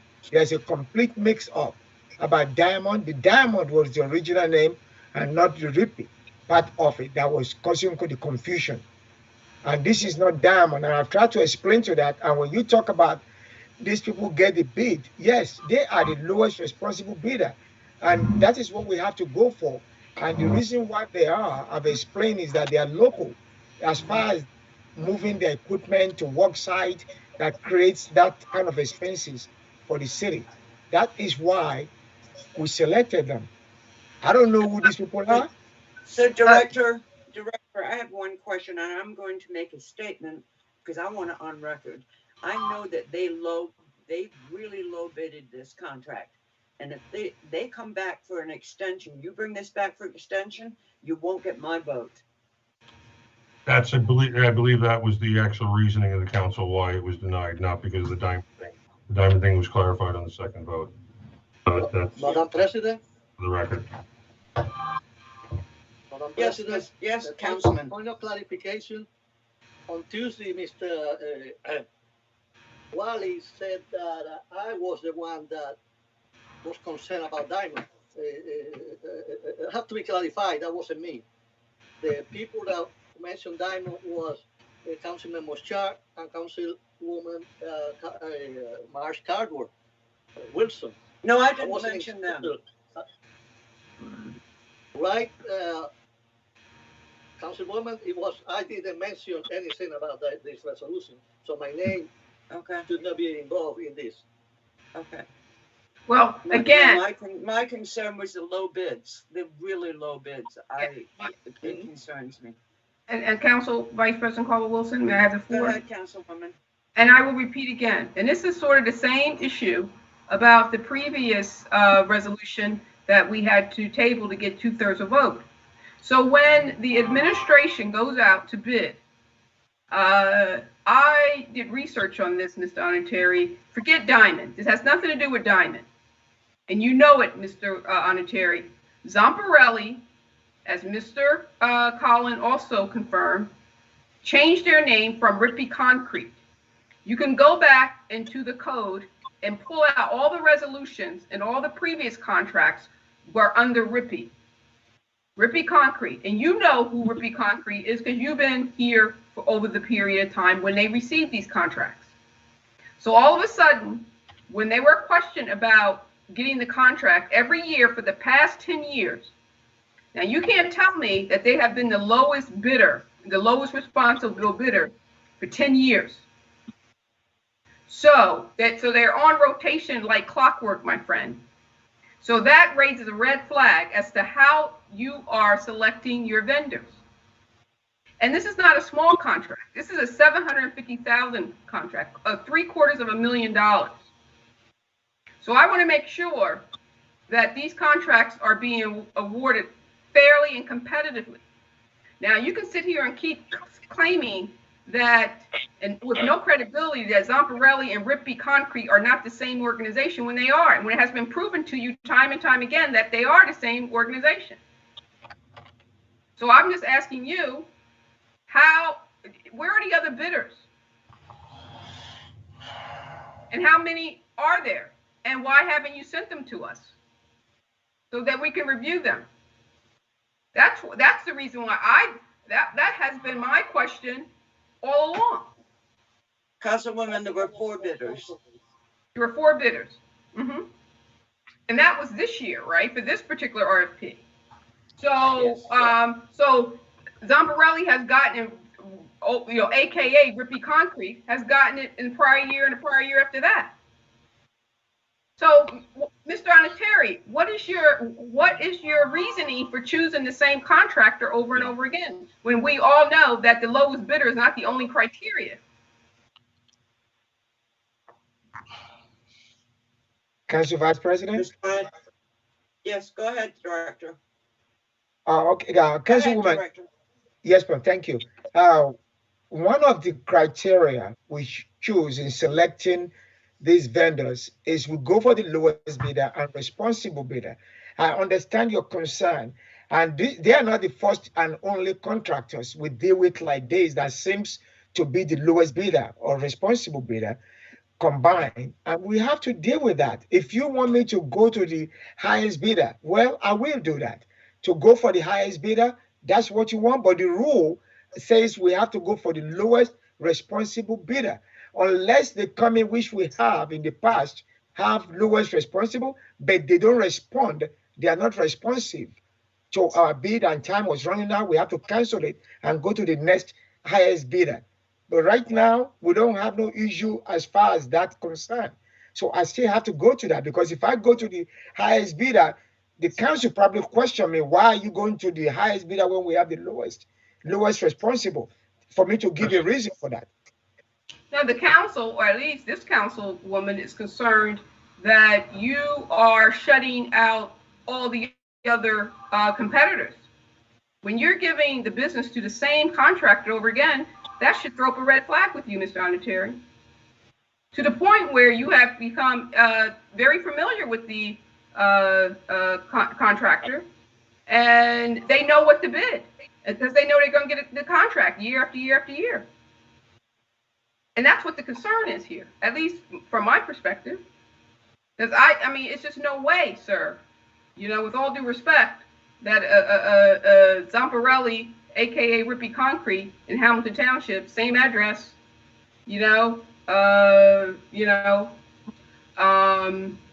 gets a contract every year. You should really examine all your other bidders that came in, fairly and competitively.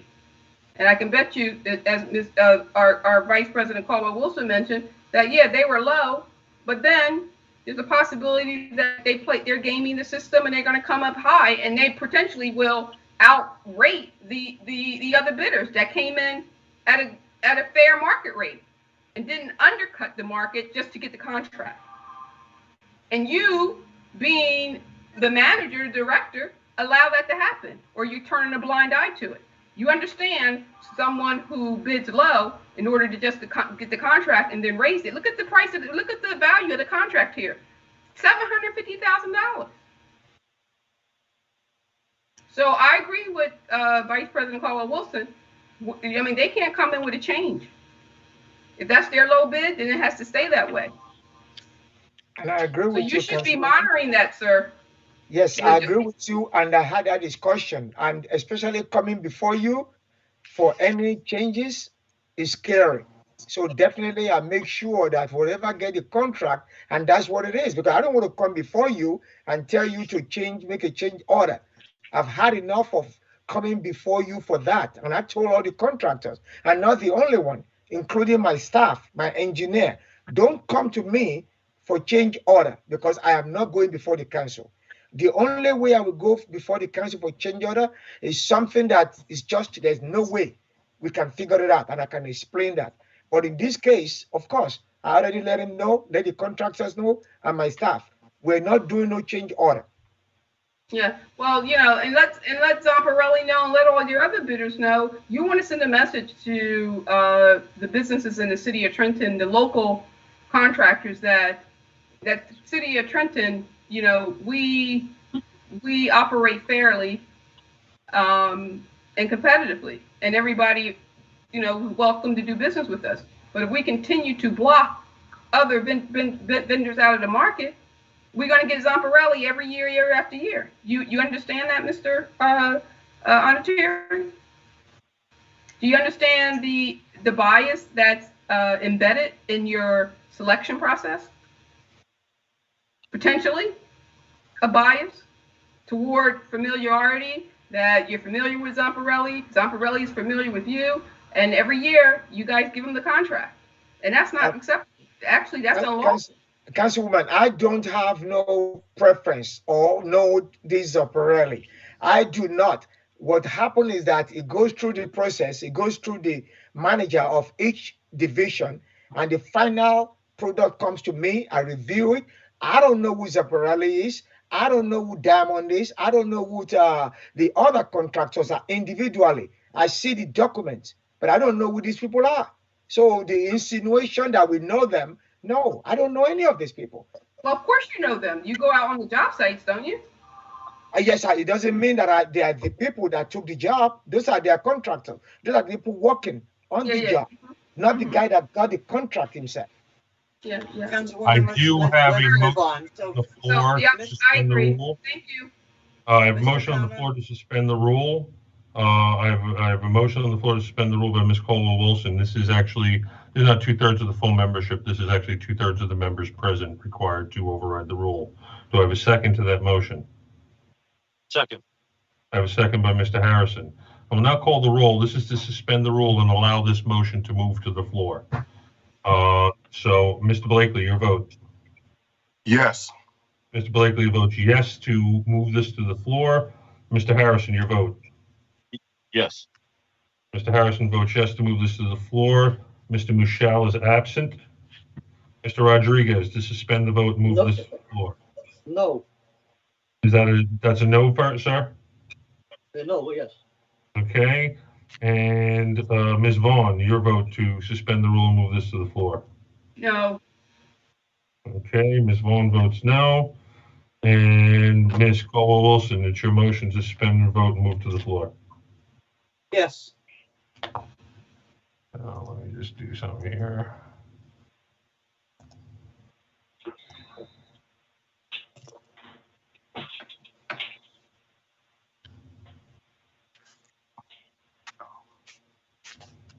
That is 60%. That is not enough to suspend the rule and move the motion to the floor. Sorry, 2/3 has to be, and I'm just, Mr. Close, you want to check my math here? Yeah, no, you're exactly right. Okay, I wanted to make sure I had 60% in my head. That was right. So I'm sorry, Mr. Harrison, you can actually move that again. That is not one subject to being repeated at a later date. Council Vice Chair. Mr. Collin, that proves my point. Mr. Collin, that proves my point. When you have a director explaining to my colleagues, Mr. Harrison, and they don't listen. Mr. Harrison, please. We need to move on from this. Yes, ma'am. Next, we have first reading and introduction of ordinances. This first ordinance is going to be set for October 7th. This is ordinance 21-020. This is an ordinance amending the North Clinton Avenue redevelopment area plan. Do I have a motion? So moved. Motion by Mr. Harrison. Do I have a second? Second. Ms. Caldwell-Wilson is a second on the introduction. The floor is open for any questions, comments, or would you like me to move the vote, ma'am? You can move it. Mr. Blakely for the introduction. Yes. Okay, let me just bring this up for the public's. Ms. Blakely votes yes for the introduction. Mr. Harrison? Yes. Yes. Harrison votes yes. Mr. Michelle is absent. Mr. Rodriguez? Yes. Ms. Vaughn? Yes. Council President McBride is absent. Ms. Caldwell-Wilson? Yes. So ordered. The public hearing is set for October 7th, 2020 at 5:30 p.m.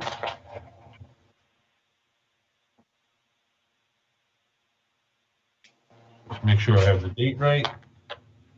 It is October 7th, and thank you very much. The resolution is introduced. Will be so advertised. Next, we have resolution 20.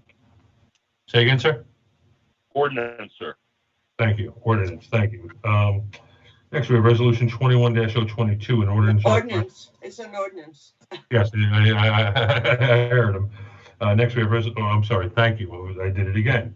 Next, we have ordinance 21-022, an ordinance authorizing the sale of city-owned property identified on the city tax map as 69 and 69 Aft Bond Street, block 8403, lots 65 and 66, pursuant to NJSA 40 Cap A: 12-13B5 to Mana International Corporation for the sum of $9,000.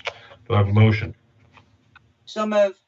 I have a motion by Ms. Caldwell-Wilson. Do I have a second? Second. Second. Second by Ms. Vaughn. The floor is open. I have a point of clarification. Yes, Mr. Rodriguez. Okay, in 3 places it says 9,000, but in the number 1 in the last page ordinance, it says the price of $9 million. 9,000. The number 1, pursuant to NJSA, the second page of the writing of the ordinance. It says 9,000. It's a typo that says 90,000, and if the administration, this is from. 9 million there. Yeah, it's actually. Yeah, it's actually 90,000. But I'm sure. So, we can that could be amended for a clerical error on the floor if that is indeed a clerical. just a correction on it. Make sure it's 9,000, not 90 or 9 million or whatever. And ma'am, do you want the HED director, the acting director, to confirm that it is 9,000 instead of 90,000? Yes. Yes, please. That is clerical error. Mr. Daniels, that's clerical error. Is that a clerical error, sir? Good evening. To the best of my ability, to the best of my knowledge, it is a clerical error. Okay, so madam, it's a clerical error. It doesn't really require amendment. It'll just be corrected before the next meeting. It is not a change in the price because everywhere else it says 9,000, so it's pretty clear. So that being said, the sale price to be confirmed is 9,000, not 90,000 or 9 million. I have a motion by Ms. Caldwell-Wilson, a second by Ms. Vaughn. The floor is otherwise open. Thank you, Mr. Rodriguez, for pointing it out, by the way. That was very helpful. I'm sure I'll get a new second page from HED tomorrow if possible. I have 9,000 on mine. On the first, now therefore it is ordained on number 1 at the very end. It's actually 9, comma, and then 4 zeros, .00, so it's 90,000 there. But the comma is actually after the 9, so it's just, it looks like just an extra 0 was hidden. I do it all. Yeah, I see where it's number 1. Yeah, that's section 1. Yes. Yeah, Okay, we you were can move the lots of vote. documents. Okay, ma'am. Mr. Blakely, this is for the introduction. Yes. Mr. Harrison. Yes. Mr. Michelle is absent. Mr. Rodriguez. Yes. Ms. Vaughn. Yes. Council President McBride is absent. Ms. Caldwell-Wilson. Yes. So ordered. The public hearing will be October 7th, 2021.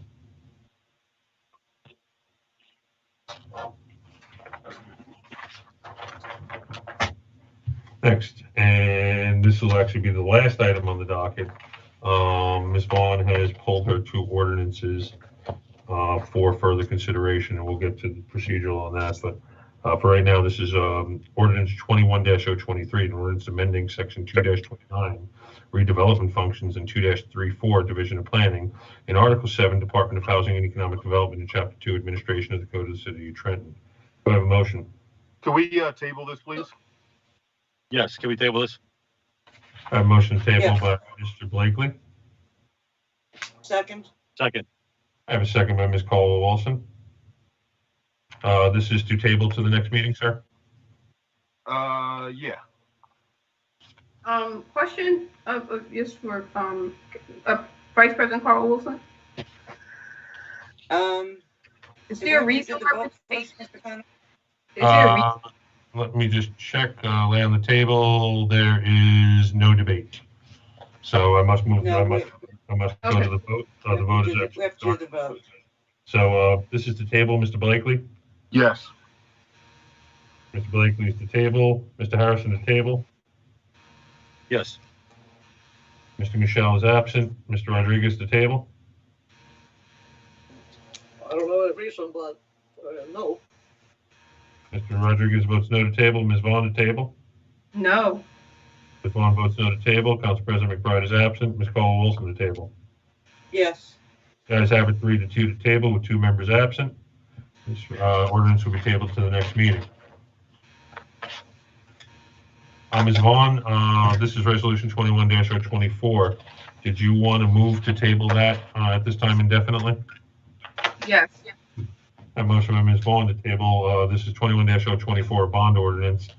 Just for clarity, a bond ordinance, even if it fails or whatever, right? It's still, I mean, it's not a resolution, so the rules of procedure permits me to bring this back at any time, right? Yeah, you're not, and we're not voting to on the actual ordinance.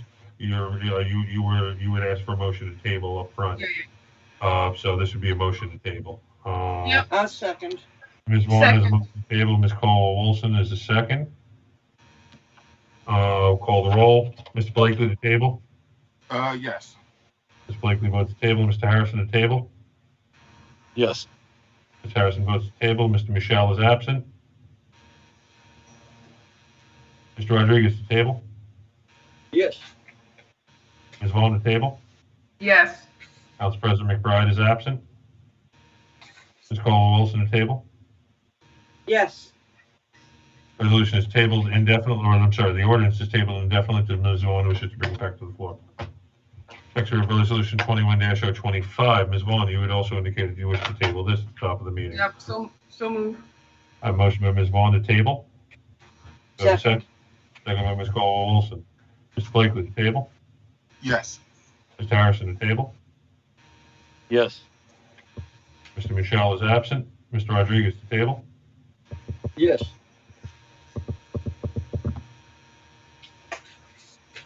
Ms. Vaughn, the table. Yes.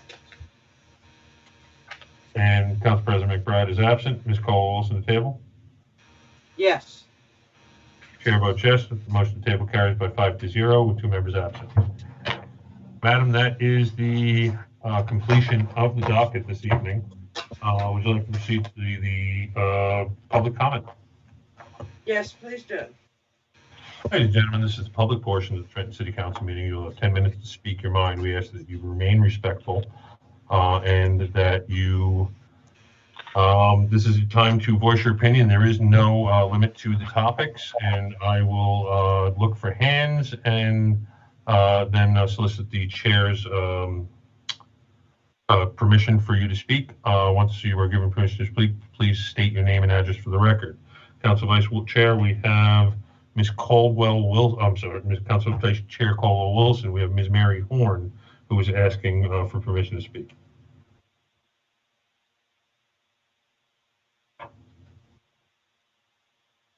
Hello? Ms. Caldwell-Wilson, Ms. Horn is Go ahead, recognized. Ms. Horn. Yes. Ms. Horn, Okay, you're thank you very much. Thank you. I'd just like to say, this has been a very interesting council meeting tonight. I very much enjoyed it. It flowed as we would like to have it flow. And so my first on what I would like to speak in reference to is that I'm very grateful that we have ventured into going into resolving the MOU. That is so important to the city. It will move the city forward. It will give council what it needs to bring more money as far as more capital aid into the city without having without being restrained from it. So firstly, I would like to say there was on Tuesday night, there was a question in reference to taxes. Why would we think that taxes would be raised again? And I just like to speak on my own fruition and my taxes. I believe my taxes were raised February 21 of this year. And I'm hoping I'm not the only one that they raised taxes on, but I have my paperwork in front of me. They were raised in February 21. And reading from this bill, this estimated bill has the same status as a regular tax bill and may be paid without interest until 8/20/21. And after 8/20/21, interest is 8% on the first $1,500 and 18% after $1,500. I did some math on the lowest tax rate. Let's say I took $3,000, so it would be 120 on the first $1,500 in interest, and then the over that $1,500, the next $1,500 will be assessed at 18%, which would add another. Sorry, get my numbers here. Which would add another amount to interest rate, which would bring a total. I apologize for this. The first 8% would be $120. The next would be $270. Total of $390 if we have not paid our taxes on or after 8/20/21. So that's a heavy burden, even with interest. So to me, that's an increase in our tax rate right there. And notwithstanding, if you were your tax rate, if you're paying taxes in the amount of $8,000 and taking that $1,500 away from that, and I assess it from $6,500, you're paying $1,000. You would be over $1,000, $1,700 that you would pay interest rate on. And I can't see not having raising taxes on that, or to make that promise that taxes wouldn't be raised, even withstanding we've already had a tax raise in February. I would say I have to disagree that taxes wouldn't be raised. There's no way we can get around it because our ratables are low. There's more rentals than there are homeowners in this city now. We would hope we could change that, but that's the way it is right now. So just to answer that question that was asked, I can't see taxes not being raised at this point right now. And number two, I'd like to just real quickly speak on the cannabis ordinance. I applaud council for passing that cannabis ordinance. I didn't understand it. Excuse me? She can speak on any It's not on the topic. docket? No, ma'am, you can speak on any topic tonight. You're free to go, Ms. Horn. You can speak on the cannabis ordinance. Please do. Okay, thank you very much. I know I'm getting tired, but Yeah, no, it's late. We go get a little. I am tired. So the ordinance on the cannabis. Thank you very much, council. And also to add, from our civic association, we would like to commend Councilwoman Vaughn for inclusion of people who have been disenfranchised or affected by the laws and rules of the cannabis, Black and brown people, and inclusion for Black and brown people, veterans and disabled people to be included when it comes to economic equity. We are very grateful for that. And also to add with that is that, and for giving us an explanation of the line that borders our schools and protect our children and that effect. So I thank you for the clarity on that. Number three, I also wanted to talk about that pipeline, that water line that keeps breaking between Trenton and Ewing, but more on the Ewing side. This has been several times that pipe has broke, and the taxpayers are responsible for it here in Trenton. And so I would say that at some point Ewing would have to take some accountability and be responsible for it and offset some of that cost. I agree with that. And there was one more topic, but I I guess that'll be it right now because I can't find my talking references. So, as I say again, thank you, council, for a very good meeting tonight. I appreciate it. And you all have a good night. Thank you, Ms. Horn. Thank you, dear. Council Vice Chair, next we have Dee Bonner. Thank you, sir. Yes, yeah. Name and address for the record, Mr. Bonner. My name is Steve Bonner. Your general location. I'm sorry, sir. Just your general location is good enough. Thank you. Okay. I'm in the Trenton area. Madam Council, Vice Chair, members of the council, I appreciate you giving me time tonight. My name is Steve Bonner. I am a long-time Trenton resident, formerly and also a former city employee as well. I'm having a difficult time understanding you. Presently, I am the co-owner of Watchdog Security Group of Red Bank, New Jersey. We provide services for the Asbury, Neptune, and Long Branch Housing Authority.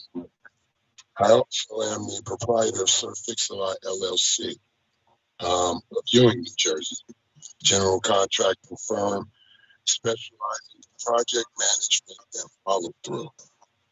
We are currently in the final stages of achieving public contractor certification and a Veterans Administration approved contractor. Presently working on a couple of homes in the West Ward. I'm both the security group and Sir Fix-A-Lot are duly licensed by the state of New Jersey in good standing, as well as being bonded and insured. I have a bond of loyalty. In fact, a debt to the city of Trenton, which makes, and I'm not ashamed, made me, which brings me to the purpose of coming before you.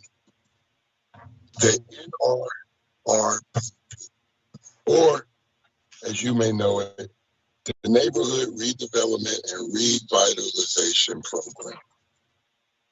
The mission of the statement of the program resonates with me, supporting the rebirth of revitalization of the city. Check. The redevelopment of abandoned properties, which some have been abandoned and untended to since I went to St. James. Mr. Bonner, I'm sorry to interrupt you. Your connection is so bad, we cannot hear what you are saying. Really? All right, hold on. How about now? Much better, sir. Thank you. Okay. Would you like for me to start over? You have 6 minutes left, sir. I can do it in 6 minutes. We heard First of all, okay, no problem. So, I was saying some of the abandoned properties have been abandoned. I'm sorry, sir. It's not. When you start speaking, it drops off incredibly. I'm not sure why. It could be an IT connection. Well, I apologize for that. We can try to continue, but they're not. I'm not hearing you, and I don't believe the council is either. Okay. I basically want to know. I believe in the spirit of the program, and but it seems to be rather biased. I've done my research, and it doesn't seem to be put forth in the spirit in which it was designed. So, my question is, Madam Vice President, members of the council, how do I get involved? And which one of you would like to help me pay my debt back to the city of Trenton? That's it. That's all. God bless. Mr. Bonner, if you email me your statement, I'd be happy to present it to the city council. Or you can email me at clerk, CLERK, at TrentonNJ.org. I did not pick up on a lot of that, and I'm sure the council had some difficulty too. And I didn't even hear anything about a debt until the end. So please, if you email me, I will ensure that the council gets your concerns and your question. Okay, sir? Sir, I appreciate that. Thank you. Very Thank you, much. Mr. Conlon. It's clerk at TrentonNJ.org. Does I anybody have it, else? sir. Thank you. Does Thank anybody you, else? sir. Does anybody else wish to be heard for the public portion of the Trenton City Council meeting of 9/16/21? If you're on a phone, speak up. Someone's call. hands up, but they're muted. It's still D. Bonner, ma'am. That was the last speaker. Ladies and gentlemen, this is the second call. Does anyone wish to be heard for public portion of the Trenton City Council meeting for 9/16? Do I have a motion to close public portion? So moved. A motion by Ms. Cole-Wilson to close public portion. Do I have a second? Second. Second by Ms. Vaughn. All in favor? Aye. Aye. Two more. Aye. Any opposed? Seeing none opposed, public portion has been closed. Council Vice Chair, we are next to have civic comment. Okay. Mr. Blakely?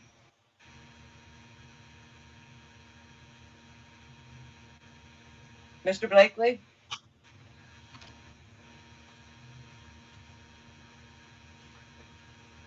Mr. Harrison?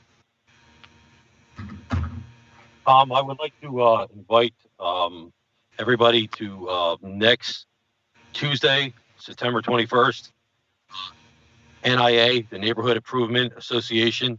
They're having a meeting regarding the Bellevue Rutherford Avenue redevelopment plan. It's at Prospect Village, 110 Prospect Street. It's next Tuesday, 5:30 to 7 p.m. Please come out and help be a part of moving the city forward. Also, tonight, like I said, we voted on some things. Some things I agreed with, some I didn't. But at the end of the day, we got to keep people moving the city forward. That's it. Thank you very much. Have a good night, everybody. Councilman, can you send that information to Mr. Conlon regarding the meeting, that he can give it to the council people? It was in everybody's box. Yeah, I'll It's in email all the it council out. members' box. I'll email it out again, and I'll ask Mr. Harris if he can do a blast if you want to. Okay, thank you. Thank you. Thank you. If you send it to me tomorrow, Mr. Harrison, I'll take care of that, sir. I appreciate it. Councilman Rodriguez? No, no comments. Councilwoman Vaughn? Yes, I just want to talk on a topic that's been in the media. And I won't be speaking on anything specific or about a specific individual or persons or entity or organization, but it's something that's near and dear to my heart as a Black woman and a Black African-American woman. We had a lot of negative news around our city government, and particularly our workplace. And across our country, we had plenty of movements around the Me Too movement, the Time's Up movement, where issues of harassment in the workplace, bullying in the workplace, whistleblowing in the workplace, right? Anti-discrimination in the workplace, anti-retaliation in the workplace. So I would expect every lawyer, every director, every employee in the city of Trenton to look at our city code, talk to human resources about these laws. Those laws are very serious, and it can lead up to your termination if you are not compliant with those laws. You cannot, and particularly if you are a manager, a director, an executive, you cannot harass any employee that raises a concern about whether or not you believe them or not, if they raise it and they and they took it to a human resource office, or they even raise it to you, their manager, their boss, or supervisor, that they're being discriminated, they feel that they're being discriminated against for any reason, whether it's their sexual preference, whether it's their sexual status, whether it's the color of their skin, or whatever. You have to escalate that issue, you have to report it, and you have to document it, and then you have to protect them. So they are under the New Jersey SEPA Act, the Conscientious Employee Act. When someone raises a concern, you need to take it seriously and report it, and because there's some legal ramifications to it. You risk there's legal risk for the city, there's liability risk for the city, and we just don't have the time and the money to address all these issues. If only if employees abide by those laws. Now, if any employee comes up and says that they feel they've been retaliated against, a certain individual have been harassing them, then you can be fired per the New Jersey Conscientious Employee Protection Act, which is called SEPA. SEPA is a broad New Jersey whistleblower act, and essentially it protects employees from retaliation, such as being fired, being demoted, being passed up for a promotion, or harassed just because they objected to something that they reasonably believed violated the law, or reasonably believe something happened to them negatively, or they are being discriminated against, harassed, or bullied. It can happen to any of us. So it could be me today, it could be you tomorrow. So you need to respect these laws and let the authorities and let management take care of them, and our law department, our human resource professionals to take care of them, and let them investigate, and let the investigation ensues and take its course.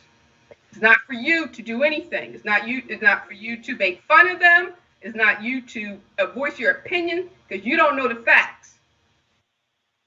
So again, as a council member, if any employee comes to me saying that other employees are stepping out of line, and their managers are stepping out of line and are harassing them in any way, then I will make sure that you lose your job and get fired. Because under the retaliation policy in the SEPA Act, that's what the ultimate penalty is. You can get fined too, but the ultimate penalty is you will be fired.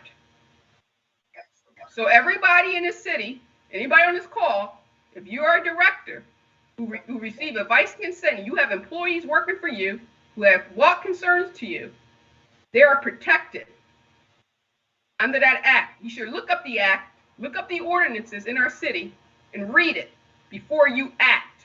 So think before you act. So that's all I have to say tonight about that. But I'm telling you, I'm just putting everybody on blast. I am a straight shooter, and I'm not afraid to drop names. I'm sitting in a very privileged and powerful seat. And I will make sure, if I hear any inkling of anybody harassing anybody who raised a concern about discrimination, about harassment, about being bullied, I will ensure that you get fired. And thank you, Vice President Caldwell-Wilson. I will not, I don't have any more, I will yield my time. Thank you very much. Thank you, Councilwoman. And I just want to thank the directors and our attorneys, Mr. Conlon and my colleagues. But most of all, I want to thank the public who participated in the meeting tonight. And I just wish you have a safe night home. And we'll see you at the next meeting. Thank you. I'll make a motion to adjourn. So move. A motion to adjourn by Ms. Caldwell-Wilson. I'll take that as a second, Mr. Blakely. All in favor of adjourning? Aye. Aye. Any opposed? Seeing none opposed, we are adjourned at 9:42 p.m. I also just wanted to reach out to another state capital. Charleston, West Virginia lost a councilman last night, Mr. John Kennedy Bailey.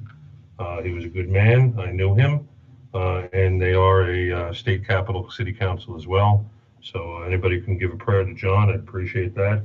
Everybody have a good night. Please do get home safely. My condolences, Mr. Conlon. Thank you. Thank you. Thank Good night, you. everybody. Good night.